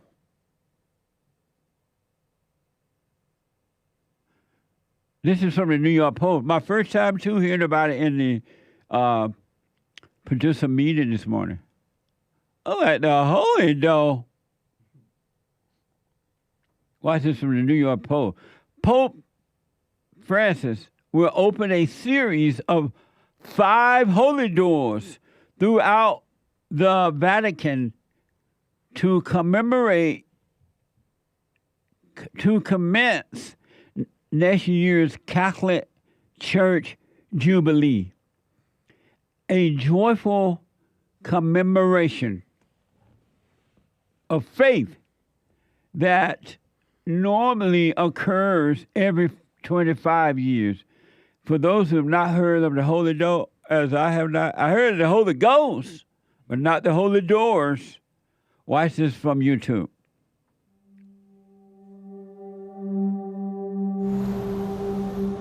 There was a tradition that started in the year 1500 of the holy doors. So the 4 major basilicas also have these holy doors. They are sealed shut with concrete and only open Christmas Eve at midnight mass. You have 7 churches, really, not just the 4 major basilicas, but 7 churches that you need to go to. Santa Maria Maggiore, which is right behind me, St. John of Lateran, St. Paul's outside the walls, St. Peter, and then 3 other minor ones, but in reality, those are amazing churches too. The Holy Cross of Jerusalem, St. Lawrence outside the walls, and St. Sebastian outside the walls. So the idea is that you come to these churches when you come to Rome in the Jubilee year. Why are these doors so important? Because the idea is that if you walk through the holy doors, you would receive the greatest plenary indulgence to spend less time in purgatory. That doesn't mean you just walk through the door, because I walked through the door so many times I'd have my automatic fast-track ticket into heaven. But first of all, you have to be Catholic. You have to have good intent. You have to go to Mass within a certain amount of time, and I believe you also have to go to confession as well. So it's not just your get-out-of-jail-free card by walking through these doors. Can we say insane? That's insanity. That's like doing the Holy Mary, Mother of God worship thing. That's like somebody saying, oh, I saw Mary over there in that mountain corner of that mountain. Everybody come from all around the world to see Mary, and Mary ain't there. Sounds like loopholes. So are they saying that there's a building, and inside of this building are these other churches, and you have to go through those doors? No, there's a bunch of different churches in that area, in Rome. Oh, they're not in the building. They're just around the big church. There's a bunch of buildings. They're around the big church. I don't know. He named 7 different churches. Each of them have doors. And don't they supposed to have a door? But these are holy. Special doors. Well, but there's 5 holy doors that he's opening for the first time. Never done this ritual before. And what make a door holy? I don't know. I don't know, but apparently if you walk through it, it cleanses your sins. But if you don't, you still have to repent to Mary. Right. You still have to do Catholic stuff. You have to be ready, you have to be right, you have to be this, you have to be that. After you walk through all these doors, you spend less time in purgatory, they say. You going through purgatory in those doors. It sounds like loopholes. Like you could just say a couple of words and get out of sin. It's insane. 5 Hail Marys. No wonder the Pope is so ticked. That's too much work. Going through all those doors and Mary ain't there. Full of grace. I heard he's opening a holy door at a prison. I bet he is.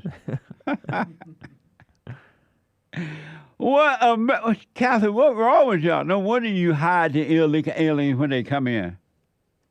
You all messed up in the head. Yeah. A lot of Mexican people are Catholic, right? Big time. And have they walked through those doors? I don't know if Mexicans go overseas much. Oh, so you got to pay all that money to go over there to get through the door? Yeah. What about if your knees hurt? Can you still walk through the holy door?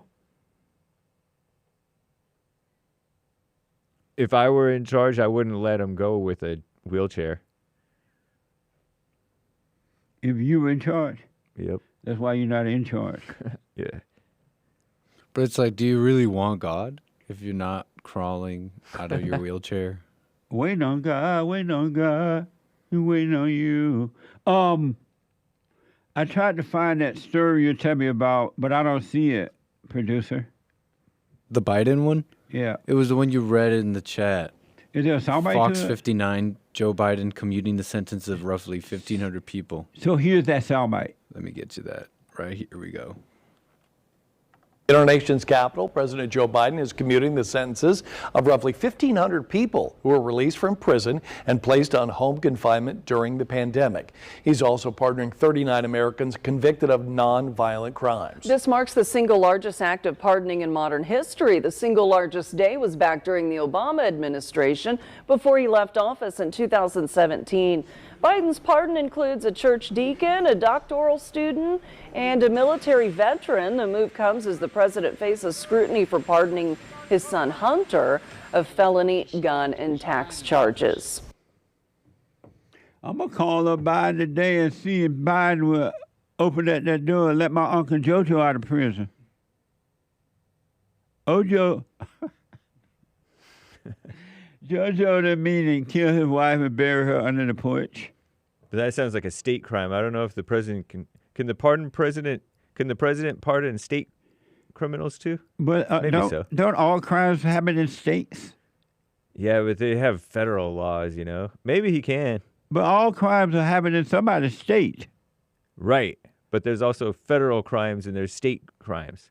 So states have their criminal codes and then the feds have their criminal codes. Maybe you can pardon them too. Well, I'm saying I don't have an Uncle Jojo who killed Mary Lou, his wife or anybody. But since Joe doing all that parting, maybe I can find somebody in prison here. How about pardon Diddy? Diddy? Uh-huh. He should. That's his name? Yeah. Tell Joe Biden to That's pardon. not his real name. Tell Joe Biden to free Dilly. Yeah. And Jay-Z. Just in case.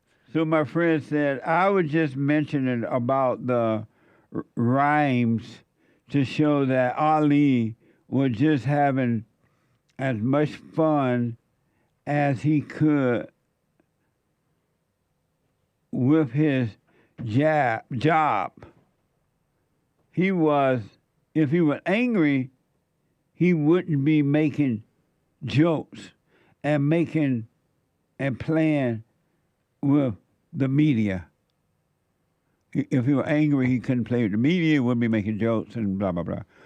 Well, if he was consumed with anger in the moment, but that doesn't mean that he didn't have any anger. Amazing. But yeah, I liked his sassy attitude, I think. Muhammad Ali. 888-7753-773. Let me go to Jonathan. Jonathan out of Canada. Welcome to the show. You're on the air. Hey, Jesse, how are you doing? All is well. Amazing. So I actually have two questions. One I thought of earlier, but you've loosely said that Revelation has already happened. Yes. And so I'm wondering if you believe that there's like a judgment day, like, you know, after we die and all that kind of stuff. That's what like Paul writes that God will do it with the body at death and then raise the body at resurrection. So like, what are your thoughts on like a judgment day? What do you mean by judgment day? Like all the world will be judged before God. What exactly does that mean? That all the world has, but he's already done that, and then he wiped away your sins. And so there is no more judgment. And so, like, how do you figure that? But how do you figure there is? Oh, just out of, normal, like, Christian teachings, right? That's what, you're rather unorthodox in the things that you say. You say a lot of different things compared to various other, like, teachers or whatever you want to call them. And so... But the only judgment that you have is when you judge others, you're judging yourself. And if you didn't judge others, you would never be judged. That's the only. Amazing. That's the only judgment that exists. All right. So then, what does it mean, though? Then, like in Matthew 12:36, it says the day of judgment. What is that all about? It came, it was done, and you've been wiped clean, and all your sins have been taken away from you. Interesting. All right. So my second question then is in regards to one of your earlier callers when he, like, the guy that was having sex out of wedlock, that you didn't say that was a sin.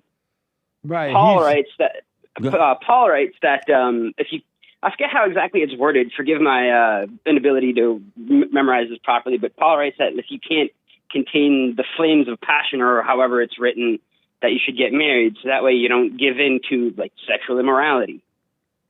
Right. Instead of it just being about babies. Sorry. So you don't burn, but he didn't call it a sin. So then, so I don't understand then. So how is it not a sin? Because that's like anybody else would say that, oh, yeah, you're sinning. But how is it a sin? God never called it a sin. Paul didn't call it a sin. How is it a sin? I don't know. I'm just going by what lots of people say, right? And do you believe it's a sin? I'm not too sure, because I start to doubt things when too many people start saying the same thing. I get skeptical. But so you don't know if you believe it's a sin or not? Well, I've always was raised or thought that it was a sin, but then you say a little bit different. And like, I get what you're saying. It makes a lot more practical sense. What am I saying? What am I saying? That it isn't a sin. Versus, well, if I were to ask, other people in my life who know the Bible, that yep, that's a sin. But they lie to you. Which is easy for you to accept? That that you are a sinner, or all your sins have been wiped away? I would have to go with the second one. What's the second one? All your sins have been wiped away. So then why do you believe sex is a sin?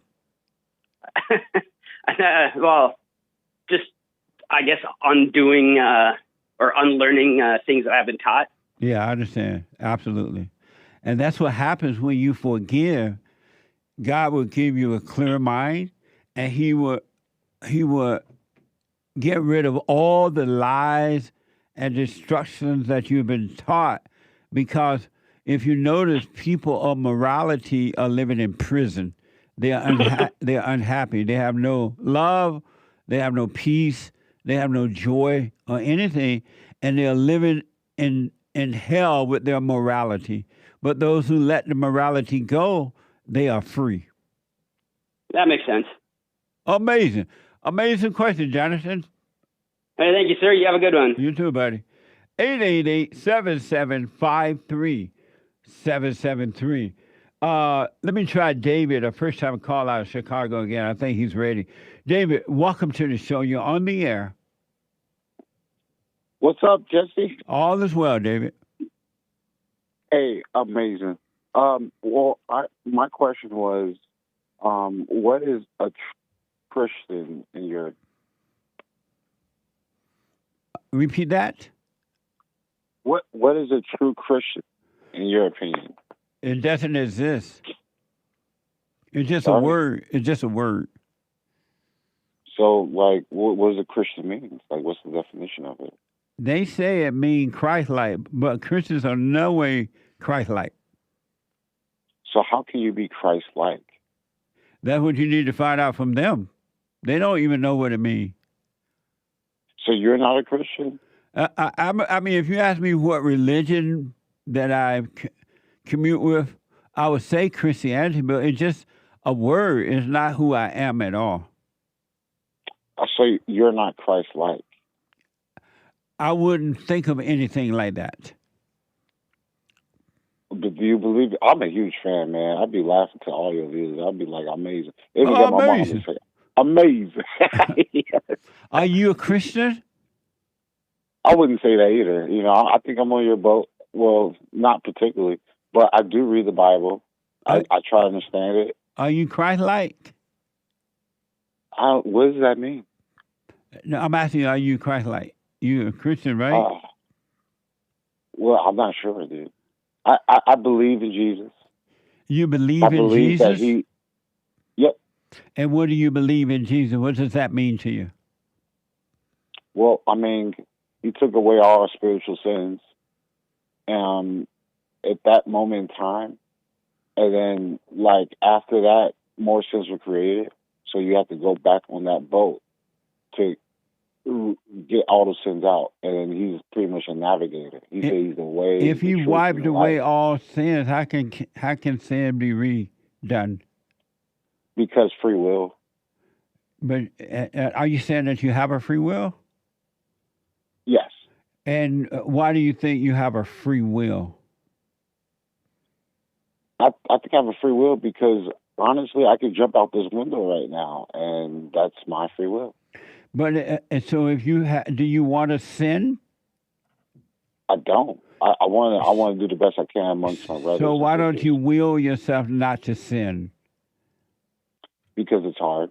But you have a free will. You should be able to do whatever you want with your own free will. Right. But what makes you Christ-minded is thinking about others when you want to think only about yourself. Well, what I'm asking, if you believe you have a free will, why don't you will yourself to have perfect peace? I'm going to make a theory. I don't know if it's true or not, Jesse, on that question you just asked. But I think that if we're here on this plane, we have imperfections. If you had no imperfections, I don't think you will be here anymore. That's my honest theory. Yeah, I understand what you're saying, but why don't you will yourself to have perfect peace or to never have another negative thought? Can you will yourself to never think negatively again?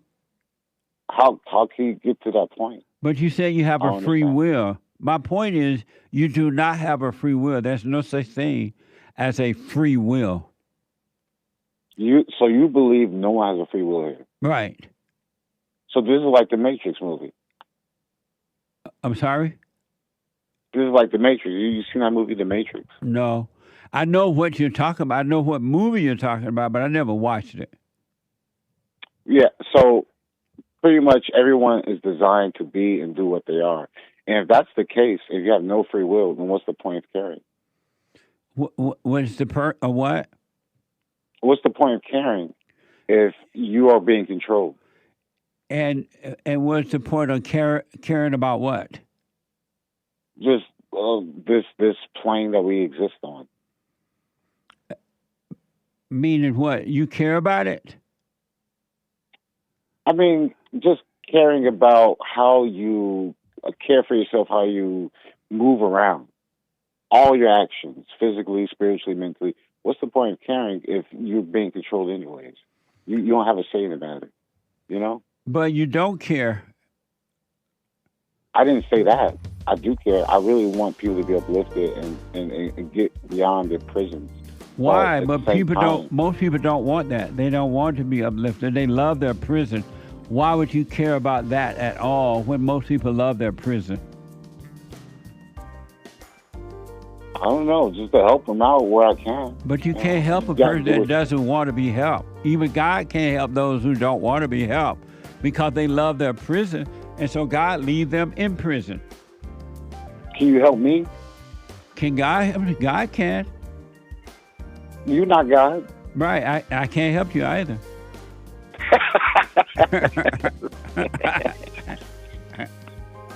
Oh, man, you a whole... Man, I am so happy I was able to talk to you. That is awesome. Call me again. Well, all right, I'll let you go, dude. Peace, man. Thank you. You too, buddy. I got to take a break. The hate news, not the fake news. One more hour to go. Back in a moment. I counsel with men and women, families, individuals around the world. Most people are unhappy. They're miserable. They have rough lives. They're depressed, suicidal, young and old, of all races. I understand. I know why, and I do understand it. Because exactly what's happening in me is happening with everybody outside of me, inside of them. And I've noticed that with those who really, really, really want to understand, they will become it just like that, out of one counseling session. If you need counseling, you can go to rebuildingaman.com or call 800-411-2663. 800-411-BOND. Best counseling service on this side of heaven.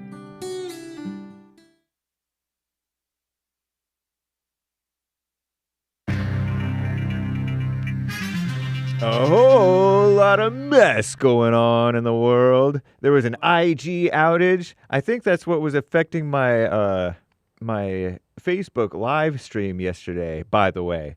It wasn't all my fault.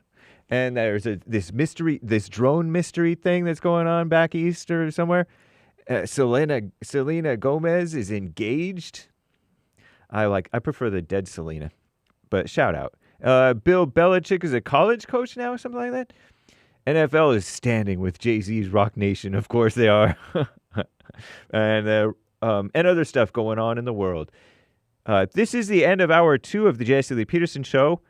It is Bible Thumper Thursday, December 12th, AD 2024. There is one line open. You can call in right now during Hake News, not Fake News, and JLP will be right back to your calls. By the way, one other news item I may or may not be able to get to this segment. There's this trans kids health care ban that's put into a defense bill, and it passed the House, and now it has to face the Senate, and it may pass the Senate, who knows? Drama, huh? I wonder if Biden would veto it on his last day of office or something. Who knows? What a mess. Because Biden is for the trans kids. What terrible.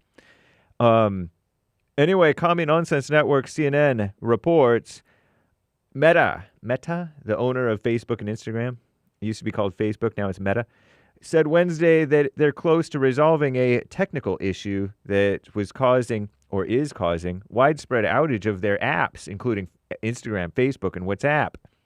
We're aware that a technical issue is impacting some users' ability to access our apps. We're working to get things back to normal as quickly as possible. Apologize for any inconvenience. Meta Newsroom said Wednesday afternoon about that. WhatsApp and Instagram both confirmed outages via X, Elon Musk's X, on Twitter, you know? Thousands of users reported they were unable to access Meta's. Is it Meta or Meta? Meta's apps. The outage lasted more than 3 hours. By 5:30 Eastern, Meta posted they're 99% of the way there to solving the issue fully. Whatever. Drone mystery. Weeks of mysterious drone sightings across New Jersey, prompting heightened security concerns, mounting frustrations from residents, military personnel, and federal, state, and local officials. Law enforcement has not identified the origin or landing sites of these drones, but emphasized there is no threat to public safety. Like they know. Mayor Michael Melham of Belleville Township said the drones primarily operate at night, often displaying flashing lights. But they turn off the lights and evade police helicopters when approached. Wow. Some members of Congress have speculated that a foreign entity may be involved in the drones, something the Pentagon quickly rebuffed on Wednesday. Selena Gomez, she's that pop star. She sings, I think. And she's engaged. She's also an actress from some movie or show. I don't know. She's engaged to record producer and songwriter Benny Blanco.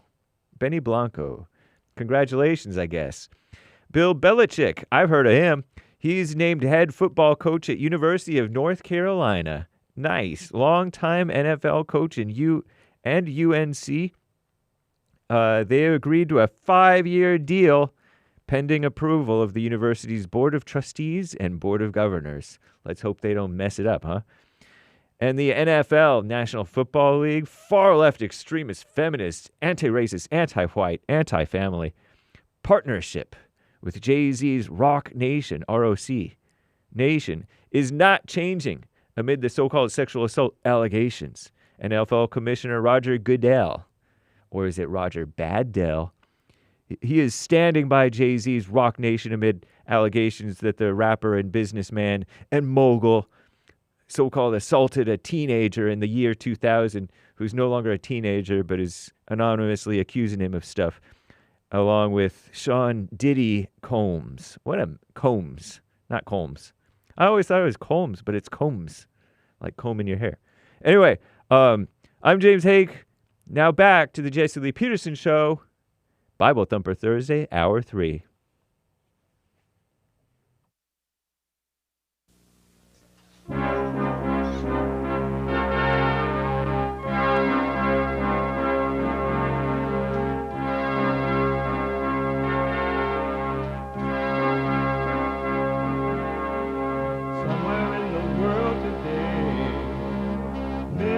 to stand up strong, face the truth about themselves, to understand what went wrong. I know we can find a way.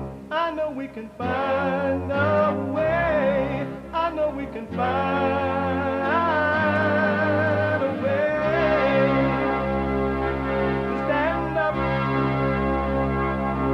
stand up, stand up.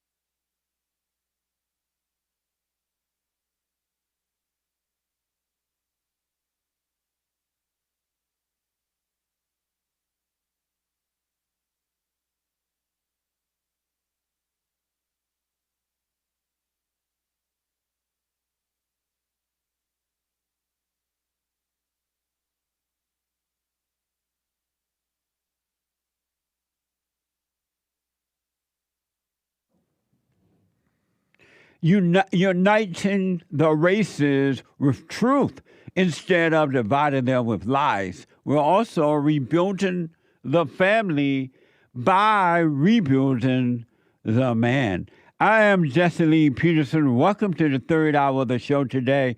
You can get involved by calling 888-77-53-773. 888-77-JESSE. And my biblical question, did you find God or did he find you? Did you find God or did he find you? My biblical question,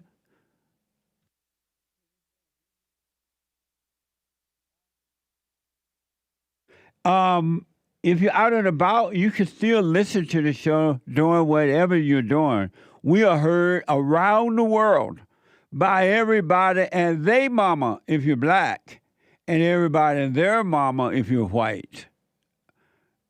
So you can be listening, you can podcast, but you can listen to the show on your iPhone or iPad by calling the listen line on TalkStream Live at 605-615-4131, 605-615-4131. And to donate and have your comments read out loud, go to buymeacoffee.com/JLP Talk, buymeacoffee.com/JLP Talk, or Bond JLP Cash App. Bond JLP Cash App. It's Thursday. It's the last hour of the show today. And every Thursday is Bible Thumper Thursday. Oh, God. Oh, God. Are you ready? Are you ready? I don't feel your faith. Are you ready?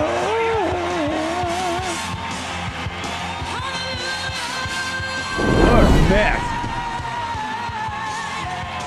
Yeah. What a mess. That should get you to heaven, right? I have a guest here.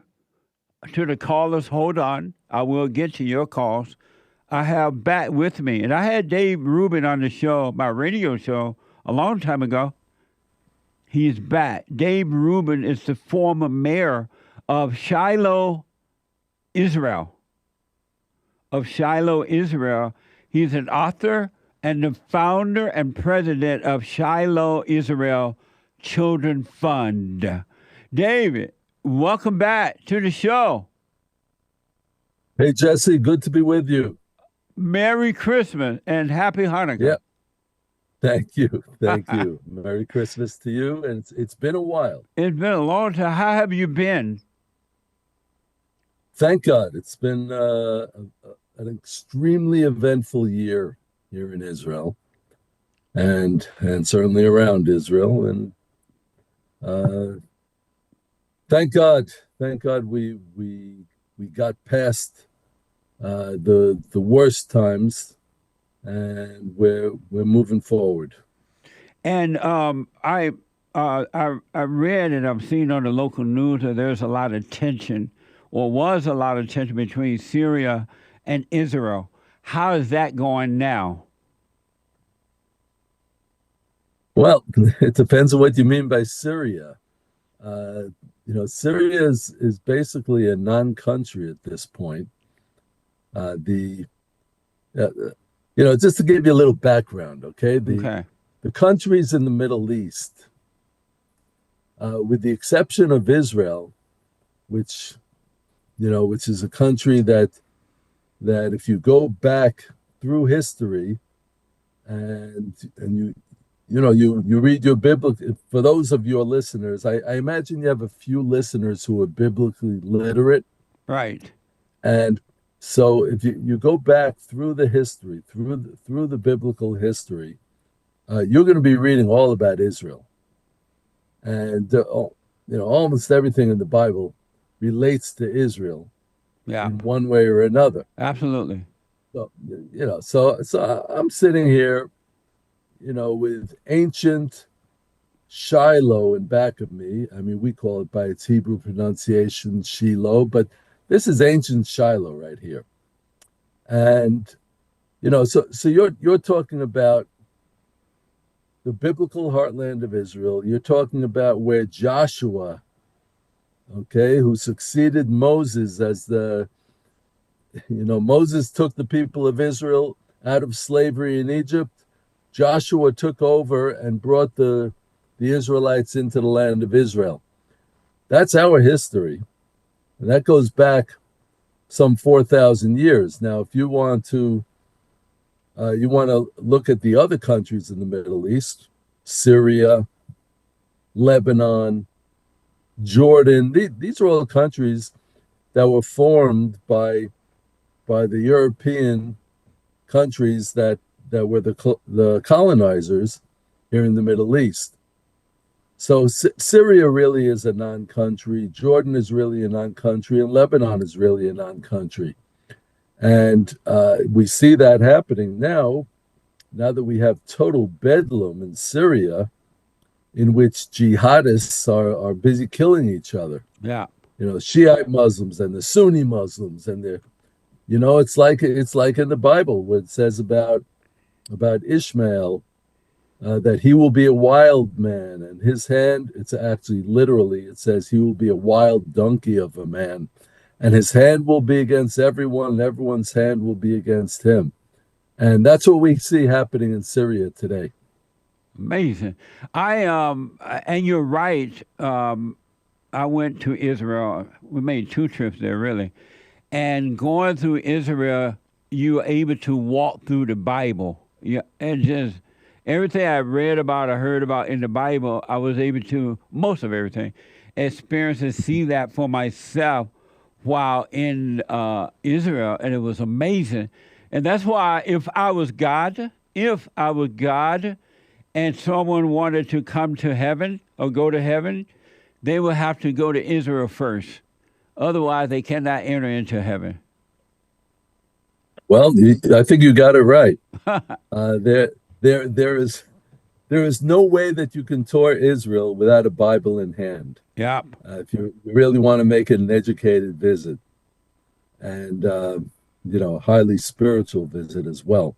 So I know so many people who come to Israel, and it doesn't matter whether they're Jews or Christians.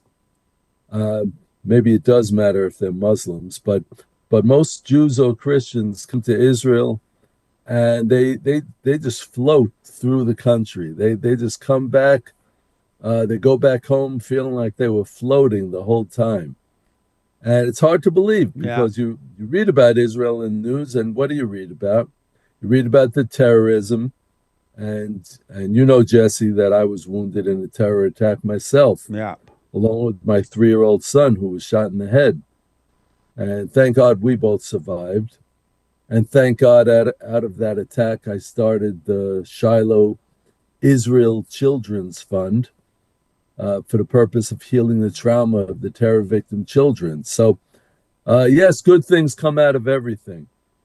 But all you hear about in the news is the terrorism. But then if you come to Israel, so you don't feel it so much. Right. You know, even if the tension is in the air about the wars that are going on, that Israel has been forced to fight in Gaza and in Lebanon and in Syria and in Iran and down at the Red Sea against Yemen, and I mean, in Judea and Samaria, where I am right now in Samaria, we're talking a 7-front war that Israel has been forced into. But if you come to Israel as a tourist, you may feel it a little bit, but for the most part, you just feel like you're floating. And that's the miracle of modern day Israel today. I remember the first time we went there, and people were telling us before we went there, oh, you better not go over there. It's too risky. You may get killed and blah, blah, blah. But when I went, we felt safer in Israel than we do in America. And I was surprised by that because I didn't feel threatened or afraid and all that, because it just felt safer over there than it did here. That's the paradox. That's the paradox of modern day Israel. I know that. I can't explain it. I can't explain it, Jesse, except to say that this is God's land.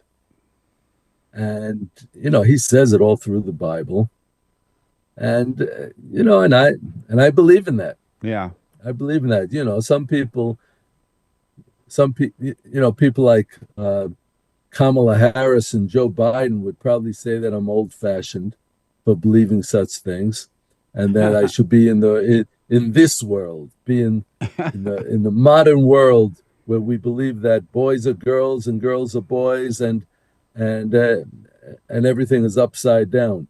Well, I don't believe in that. I believe in God. I believe in the traditional family, and that's what most Israelis also believe in. Yeah, that's where we're moving. That's where we're moving to. The traditional family and God. Do you believe that? I don't know if you know or not, but what do you think going to happen with Hamas and Hezbollah? Do you think that now that they have this issue over in Syria, that they're going to retaliate in one form or another against Israel? Well, I'm sorry for laughing, Jesse. I got to tell you something. For years, people have been saying, well, don't do anything to aggravate the Muslim radicals. Don't do anything to aggravate them. Just keep things calm. And, Biden's been telling us this for years, or at least Biden's advisors. Biden hasn't been saying much himself. Right. But for years, we've been told, just keep things calm. Okay, don't retaliate. Don't do anything that's gonna stir things up. Well, we're dealing with Muslim radicals, for God's sake. We're not talking about Switzerland and Austria and Luxembourg. We're not talking about neighbors that have been at peace for years. We're talking about a radical ideology that is in collusion with the far left and that wants to destroy Judeo-Christian civilization. That's who we're talking about. So there is nothing that Israel can do to aggravate or stir things up with Hamas and Hezbollah. They've been firing rockets at Israel for about 30 years now, and launching terrorist attacks against Israel for about 30 years now, and the October 7th massacre carried out by Hamas and then followed up by rocket attacks from Hezbollah. This has been going on too long, and I think someone once wrote a song, we won't be fooled again. Yeah. Well, we won't be fooled again here in Israel. And we know that the best defense is a good offense, and that's how we have to fight this war. Something, Jesse Lee, the last war that there were two wars that have been won in the previous century. One was World War II, and the second one was the Six-Day War. Six-Day War in Israel. And World War II, we all know about. Right. But why were those wars won? Because both the Allies in World War II and Israel in the Six-Day War understood that the best defense is a good offense. And that's why we won those wars. That's why those wars were won by the free world. So today, too, we got to get out of the Vietnam syndrome and the Afghanistan syndrome and fight wars to win. There is such a thing as good and evil in the world. I taught my children as they were growing up that there is good and there is evil. Yeah. And there's no truth is not relative. So it's up to us to not just to teach our children that, not just to preach to them, but to play it out in our own lives. We have to strive to be good. And how do we know to be good? We follow God's directive. Yeah. As laid out in his holy Torah, in his Bible. And if we do that, then things will be good. But we have to fight against the evil. We're not supposed to hate evil people, but we're supposed to hate evil. Right. I noticed that Israel has given up land after time, giving over land to the Muslim people and all that. And yet it doesn't seem to be enough for the Muslim. It's like they want to destroy Israel, like push them in the ocean or something, right? Is this going to ever win? I mean, is this going to ever be over? Because Israel is not going to give in anymore. They are going to defend themselves. This fight with the Muslim world and Israel, will this ever end? Well, eventually it will. Eventually it's going to end. How will it end? We believe that it's going to end. How? It's going to end if we do the right thing. It's going to end if we stop placating them and placating those who want to destroy us. I agree with you. This giving away of land, we're a country about the size of New Jersey. I mean, you can't see it from the view behind me, but we're a country that is about the size of New Jersey. Right. Okay, a very small state, right? And, so the whole idea of us giving away land to people who are trying to kill us is absolutely preposterous. It's absurd. It makes no sense at all. Yeah. So, if we really believe that giving away land works, well, all we have to do is look at October 7th, when 1,200 Israeli civilians were massacred by Hamas terrorists who were given Gaza. Israel was in Gaza. We had beautiful communities in Gaza. Yeah, I remember. And if you look back in history, there was a guy named Samson who lived in Gaza. So, when you give it away to your enemies. So they're going to use it against you. So they took all of these beautiful agricultural communities, all these agricultural settlements that Israel had established, where all kinds of innovative agricultural techniques were being used, People from around the world were coming to see what we were doing there.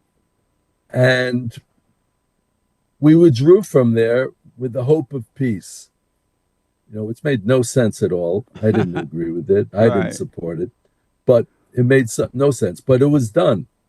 It was done.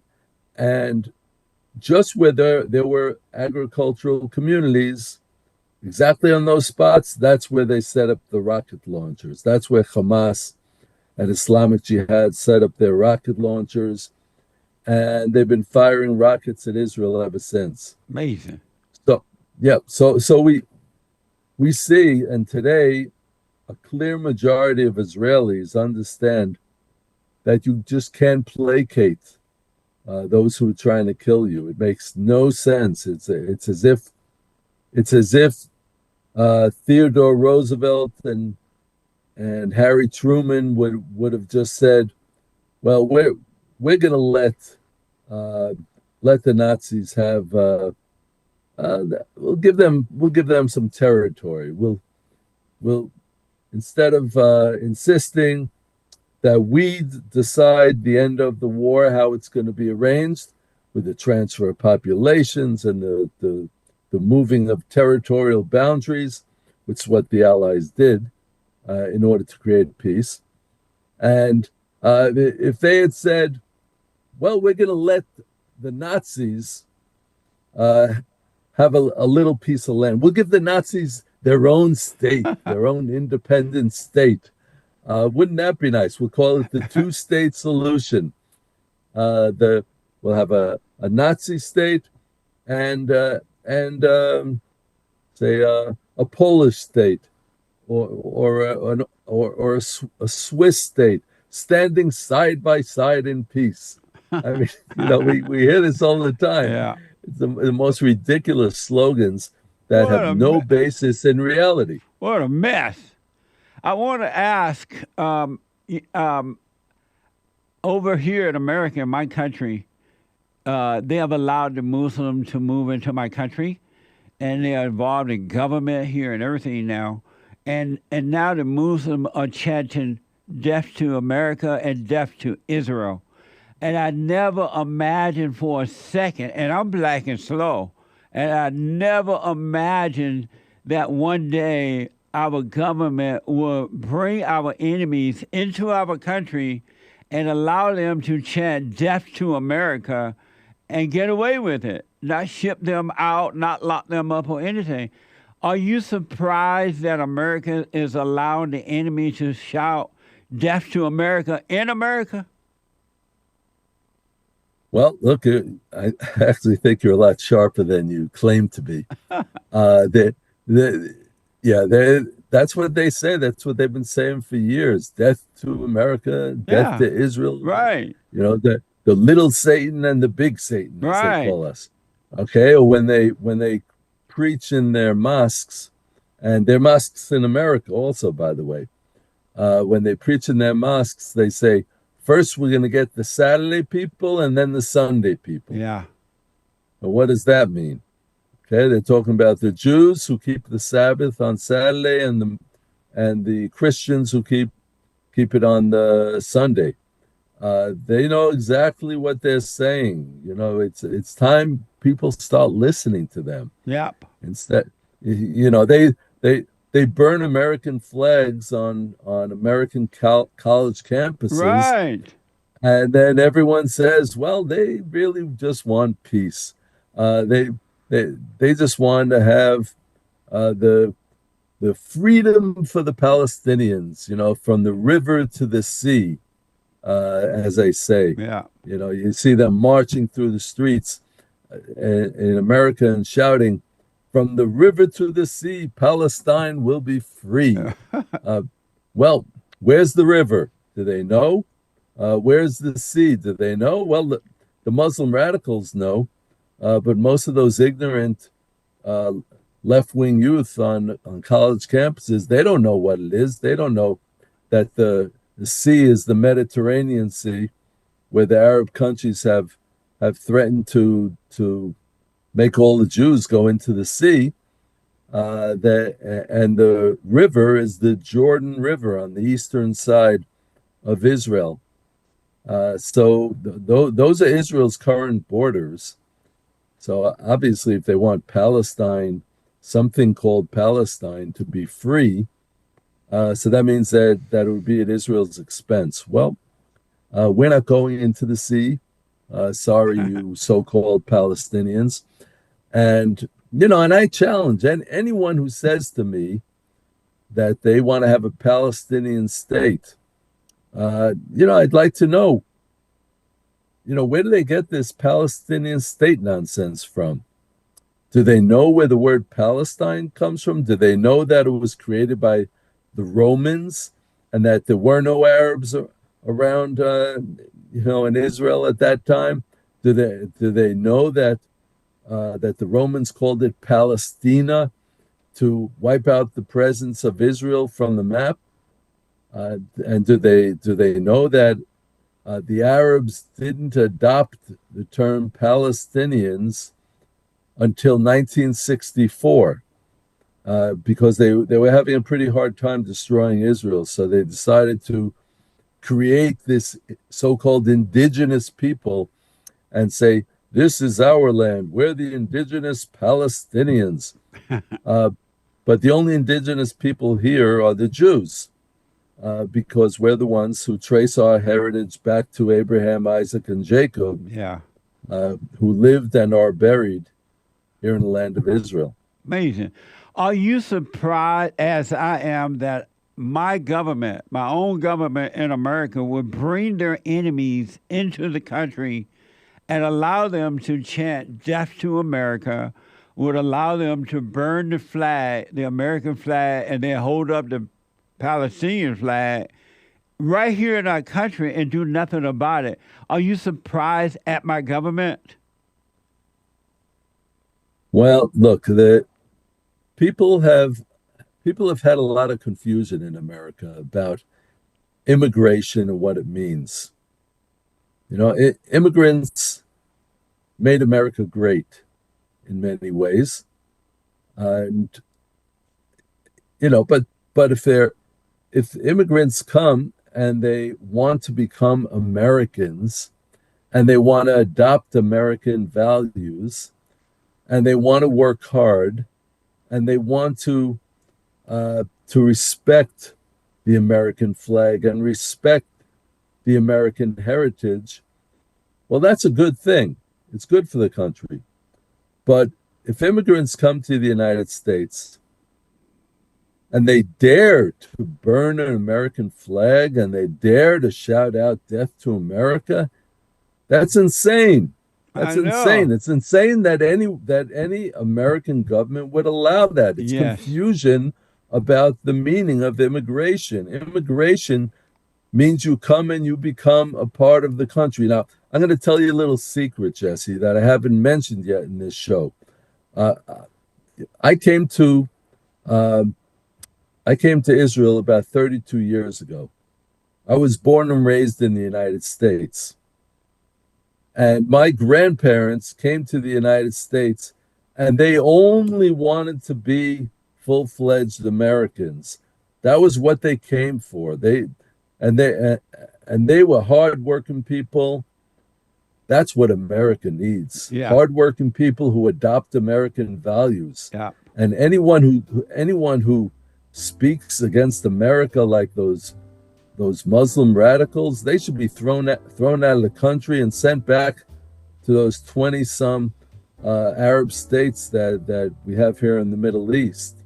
I don't think America should take them in. I agree. And frankly, I don't tell Americans that they should take all of these terrorists from Gaza. I think the Arab countries have the responsibility to take them in. Not the United States and not Europe. Amazing. Let me take a quick break, David, and when I come back, we'll wind this up. I have a couple questions from the listeners to you. Back in a moment. 888-77-JESSE. Now, I totally disagree with the way things are going, but you can't be angry. because that's what the enemy wants. He wants to control you. They do things to make you mad so they can control you. It's like being married. And the wife would do things to make you mad, or she'll do things to make you feel good. And men do that to women too when they want something from the woman, especially sex. They'll make her feel good, or they'll make her angry. And the woman's gonna have to say, you don't want to be angry. You want to speak up. You want to disagree with what's going on. It's wrong, but do not be angry. Then you won't have fear. You won't have doubt. You won't have worries. You'll be able to see, but you got to stay away from anger. That's why you must forgive your mothers and your fathers so that you can overcome the spirit of anger. It's a spirit and it's wicked. Nothing good in anger because it has no love, folks. You need love to defeat evil. And love is not a weakness. It's a strength. It's from God. It's His nature.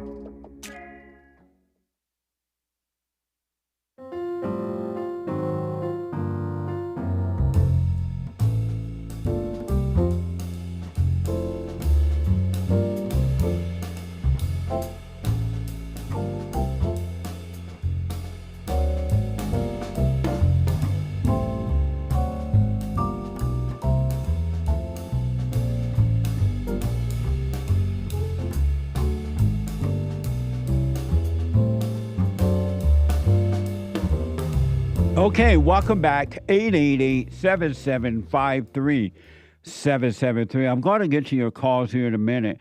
The Hake Report is coming up at the top of this hour. TheHakeReport.com. The guy with the good hair. And at 11 a.m., right after the Hake Report, Joel Friday TV. He black. Joel Friday TV at 11 a.m. Pacific time, and at 4 p.m., the American Anchor Baby. The American Anchor Baby at 4 p.m. I'm talking with David Rubin, and David is the former mayor of Shiloh, Israel. He's an author and the founder and president of Shiloh, Israel Children Fund. David, can you tell the people how they can help and how to help with the Children Fund? Sure. The Children's Fund was started after the terror attack when I was wounded, and there were so many other terrorist attacks, and we saw the trauma in the children. So the website to go to is israelchildren.org. It's that simple. israelchildren.org. People can find out more about what we do, and they can donate online. Right on. So I have a couple questions, then we have to run here. Someone want to know, let's see here. Is it true that, I got to find it now. Oh, God.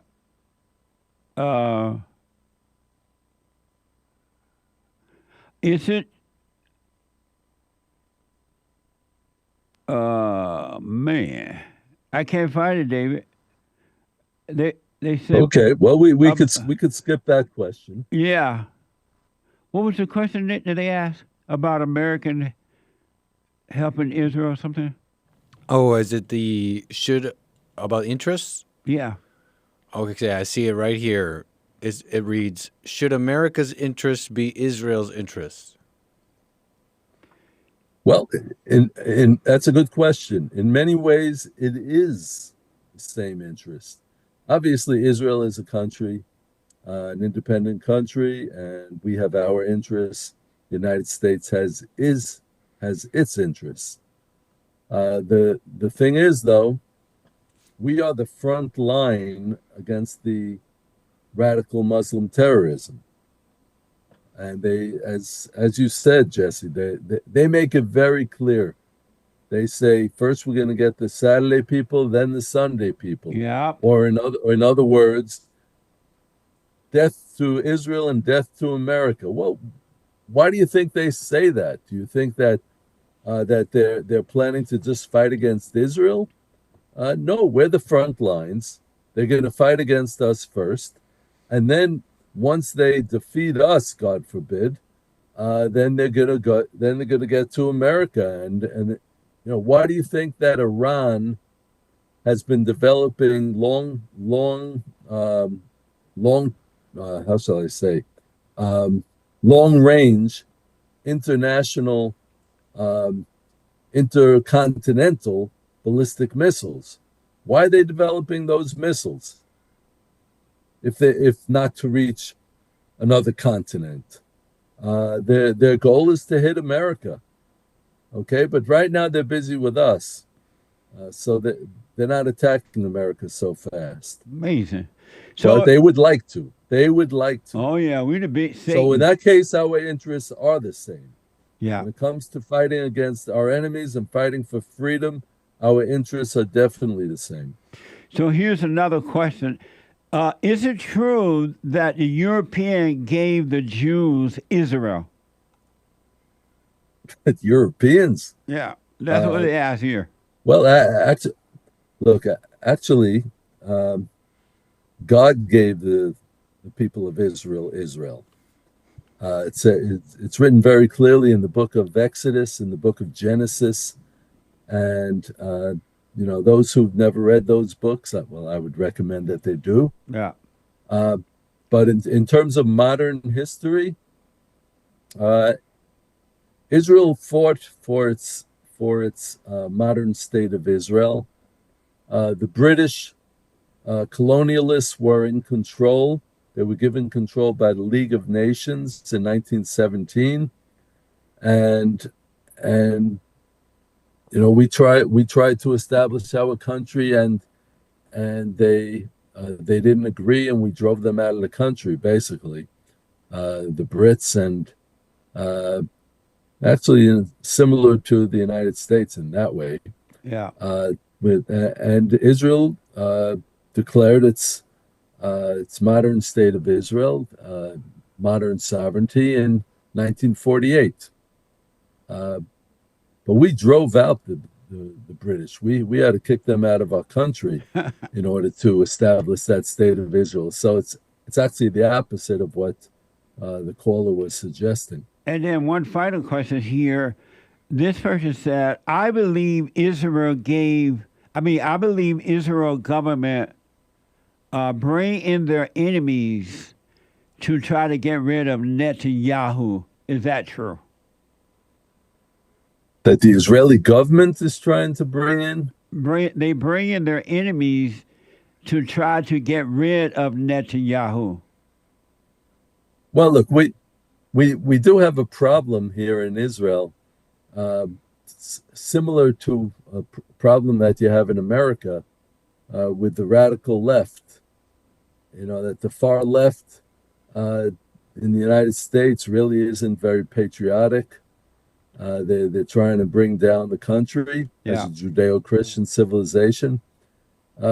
We have some radical leftists here in Israel who don't believe in the Jewish heritage, who think that they own the country.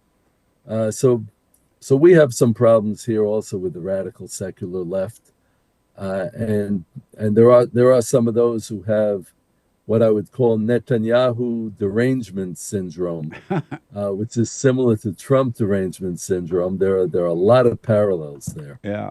But look, I don't think Netanyahu is perfect. He's made a lot of huge mistakes.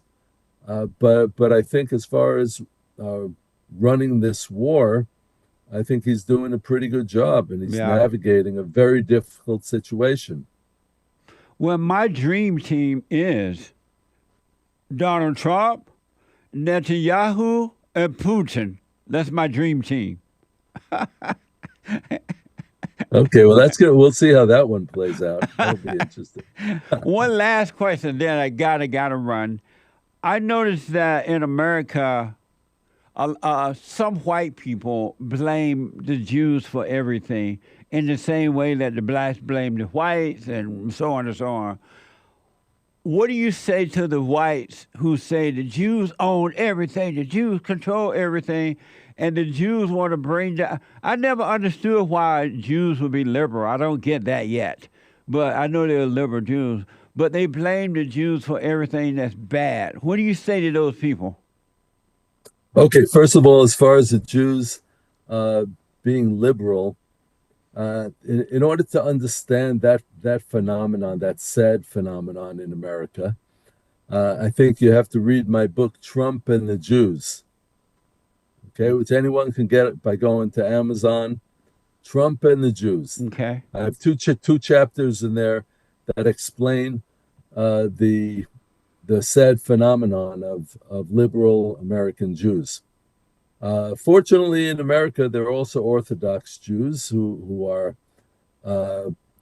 much more conservative and vote conservative as well. So, as far as Jews being successful in business, successful in various professions, everything that the Jews achieved, we achieved through hard work and sweat and despite persecution. Okay, those are the facts. Anyone who wants to learn a little bit of history will understand that. Instead of being jealous of those who have succeeded, learn from their success. Absolutely. Okay, hard work, the traditional family, and the emphasis on education. Those are the three winning formulas, to success. I agree. I tell the whites that, I'm like, instead of being mad and jealous of the Jews, why don't you go and ask them how they do it? How are you guys so successful? And I say the same thing to the blacks. Instead of being mad at the whites and jealous of the whites, why don't you go and ask them, how do they succeed? What's the key? How do you succeed in life? And that way they can do it too if they learn how to do it. You're absolutely right about that. You got it. And it's not a racial issue. Right. But it is an issue of values. Yeah. And if you work hard and you have the support of your family and parents, or even one parent. I remember hearing the Ben Carson's story about how he got to where he is. Hard work, a mother who insisted that he work hard and kept those values straight, and a belief in God. Yeah. Those are the winning values. I agree. It doesn't matter what race you are. It doesn't matter what ethnic background you are. Are you happy that Trump is back? Oh yes. I'm very happy. Me that too. Trump is back.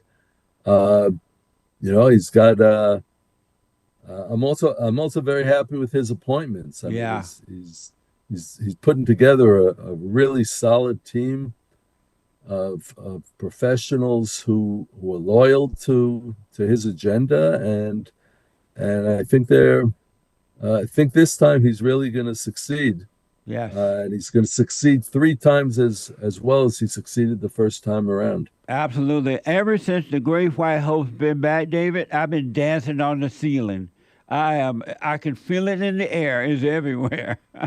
So tell the folks again how to get your book, how to help your organization, and whatever else information you want to put out there. Okay. Well, as far as my books, I mean, I have written 7 books, but I did mention Trump and the Jews, and of course there are others. And if the listener wants to, the viewer wants to purchase a copy, they just go to davidrubinisrael.com.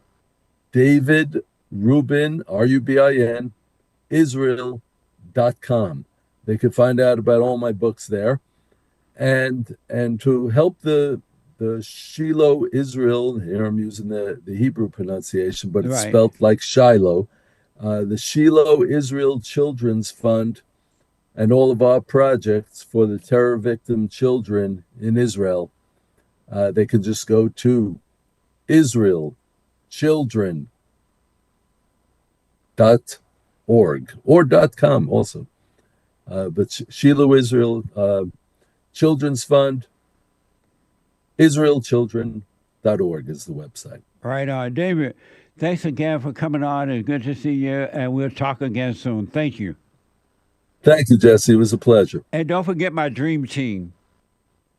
Trump. You got it. Netanyahu and Putin. Thank you, man. Okay. All right. Good to see you. You too. Amazing. 888-7753-773. 888-77-JESSE. Let me go quickly to the phones here. Let me go to our Jerome out of New Jersey has been waiting a long time. Jerome, welcome to the show. You're on the air. Hey, Jesse, how are you today? All is well, Jerome. Okay. I was calling about the clip that you had posted yesterday about the 68-year-old woman and the 27-year-old man. You asked people to comment on it. Oh yeah, what a mess. I don't think so. I would definitely date that woman. You would? Absolutely. She was beautiful in the video, but they showed her. You know, they showed the woman full body. That's a beautiful woman. But she old. That don't matter. She don't look it. But she's too old for a 26. She's like grandma. No, that's like she said, she's childlike and he's mature. No, when she says she's childlike, I think it means senile. She didn't seem. I mean, I date older women all the time, so I would definitely date her. Wow, that's amazing. Thank you, Jerome. I appreciate it, man. No problem. All right, buddy. Let me go to Adrian. Ordine out of Colorado. Ordine. Yeah, hi. Hi, welcome to the show. You're on the air. Thank you. Merry Christmas. Merry Christmas. I want to actually say I've called you before, and we've really never agreed with anything. But I do agree with you on one thing with the education. Yes. I was actually years had to quit because I'm actually going blind. But I was Volunteers of America working as a foster grandparent. And I dealt with children every day in the public school system. And I firsthand experience. And I know, I could see where the problem lies. The problem actually lies with the way the parents are bringing up their children. People use the public schools as a daycare, and the teachers there, in defense of the teachers, they're not there to rear your children moral values. They shouldn't be there. They should be there for the academic part. Right, to educate the children. That is part of our job. What do you think about the fact that... What do you think about, because of time, what do you think about the fact that mothers don't love children anymore, their children? I think mothers love children. I see it. I saw it every day. No, they don't, because if they love their children, they would stay home and watch over the children. They would educate them at home, but the mothers want to be like the man. They want to go out and work. No.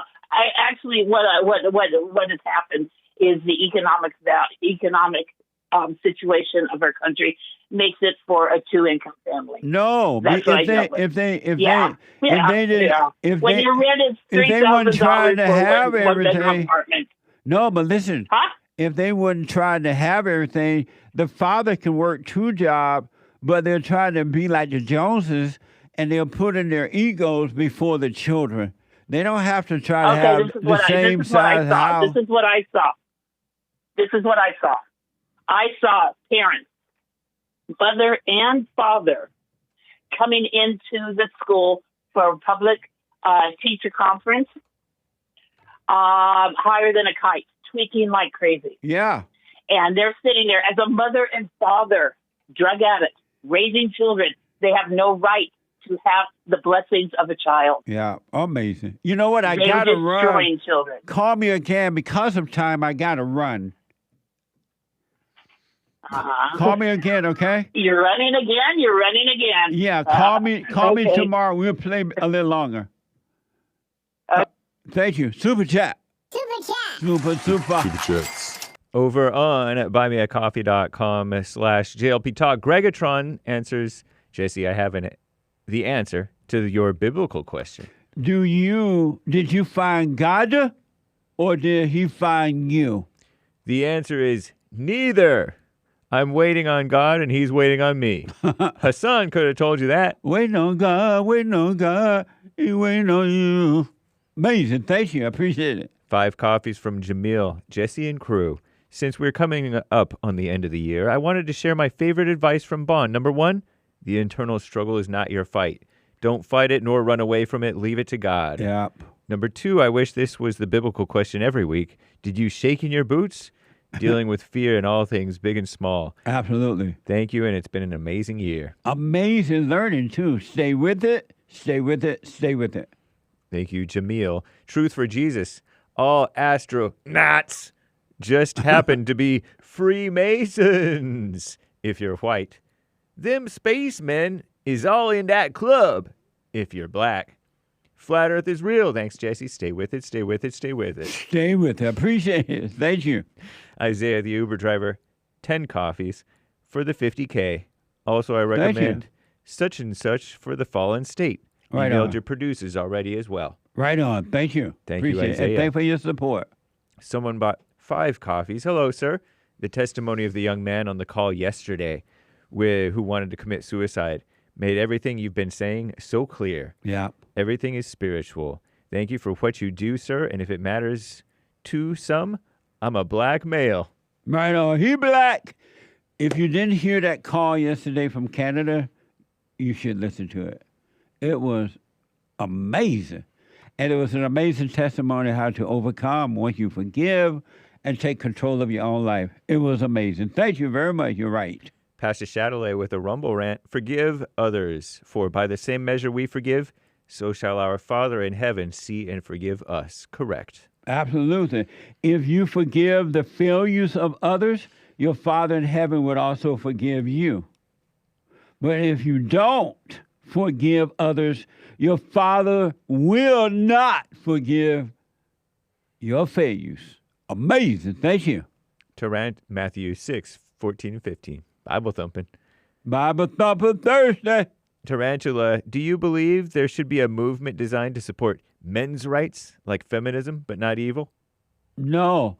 I just think men need to wake up and be men, overcome mama's spirit and become a man. The power is already in the man. Look at Donald Trump. The power is in the man. He doesn't need a movement. He just needs to wake up, return to the Father. Amazing. Thank you. A very generous rumble rant from Celestial Lord. Well, thank you. Biblical question. Did you find God or did he find you? I found God because I was lost in darkness all my life. I was lost and didn't know I was lost, but the voice of God was always looking for me, but I didn't recognize because I forgot who I was. Very interesting. I'll put my 2 cents in on Sunday. Very interesting, though. Thank you, Celestial Lord. Yeah, thanks. Someone bought 5 coffees. Hello, sir. Oh, I already said that one. Joey bought 5 coffees. Merry Christmas, everyone. Thanks for teaching us to have a no-thinking life, from Joe and Casey. Thank you. Merry Christmas to you. Thanks for your support. And a perfect life is a no-thinking life. For real. I'm telling you the truth. All right. Thank you. Jack Bennett, 20 coffees. Trump 2024 and 2028. American flags, the second greatest comeback in the history after Jesus. Trump forever. Trump forever. I want Trump to be like Putin. I want him to be president forever. Amazing. Thank you. Someone bought a coffee. Jesse, what's wrong with the blacks? What's wrong with the blacks? I'm black too. Blacker than black. Been wanting to call, can't find the time. Called back in 2020, and that one call changed everything. I dropped my anger. I became Christian. Was Muslim for 8 years prior to this. Forgave my parents. Gained custody of my son and daughter. Right on. Was fighting in court with the kid's mom, whom for multiple reasons was unfit. When I finally gave up, boom, it all worked out in my favor. Absolutely.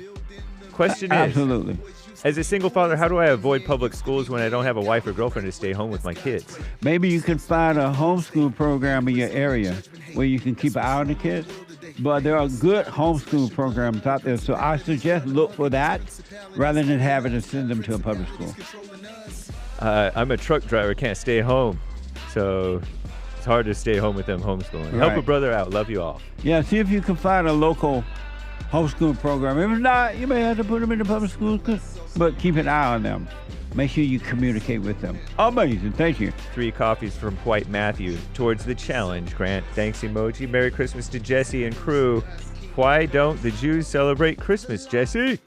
Because they have Hanukkah.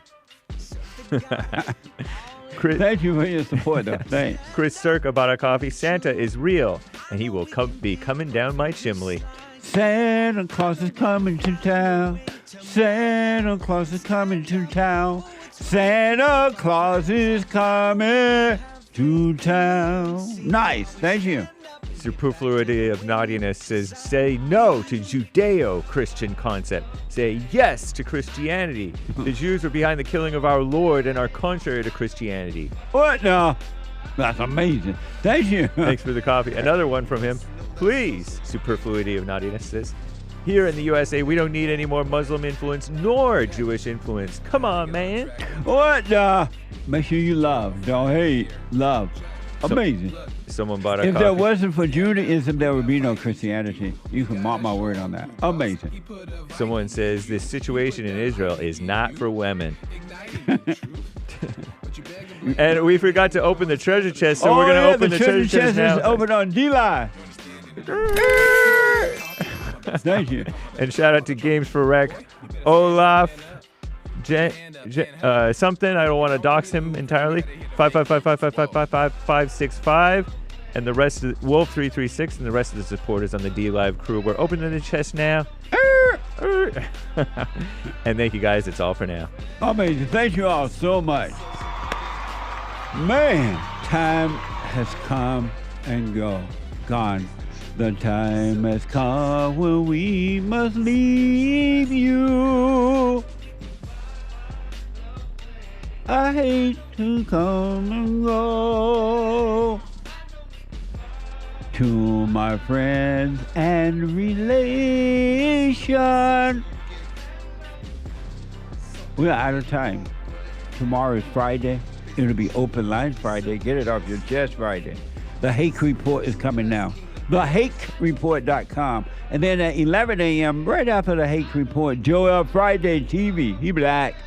And then the American Anchor Baby at 4 p.m., I think. I'm not sure if he's doing his show today. He has an appointment. So I'm not sure. He'll see you. We'll let you know. All right? The American Anchor Baby at 4. To the callers, John, the first-time call out of New York, and the callers that are dropping right now, I'm out of time. Bye.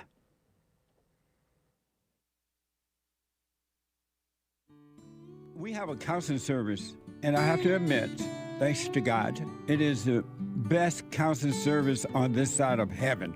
I counsel with men and women, families, individuals around the world. Most people are unhappy, they're miserable, they have rough lives, they're depressed, suicidal, young and old, of all races. I understand, I know why, and I do understand it. Because exactly what's happening in me is happening with everybody outside of me, inside of them. And I've noticed that with those who really, really, really want to understand, they overcome it just like that, out of one counseling session. If you need counseling, you can go to rebuildingaman.com or call 800-411-2663. 800-411-BOND. Best counseling service on this side of heaven. So, here's what I recommend. I invite you to download my silent prayer. I know some people have called in and they wonder if the silent prayer is working. And I just want to take a second and to tell them that it works. You just have to stick with it. Yeah. That's the first thing I started doing before I even forgave my parents. And I was so depressed and suicidal at some times that I just would have to stop in the middle of my job or whatever I was doing and go into the silent prayer. And it really does help. Like, I don't have those anymore. Amazing. You haven't seen anything yet. Doubt every thought. Bring every thought into captivity. Just let them all pass. Don't judge them. You haven't seen anything. It gets better and better and better and easier, easier. So my gift to you, no charge, at rebuildingtheman.com/church.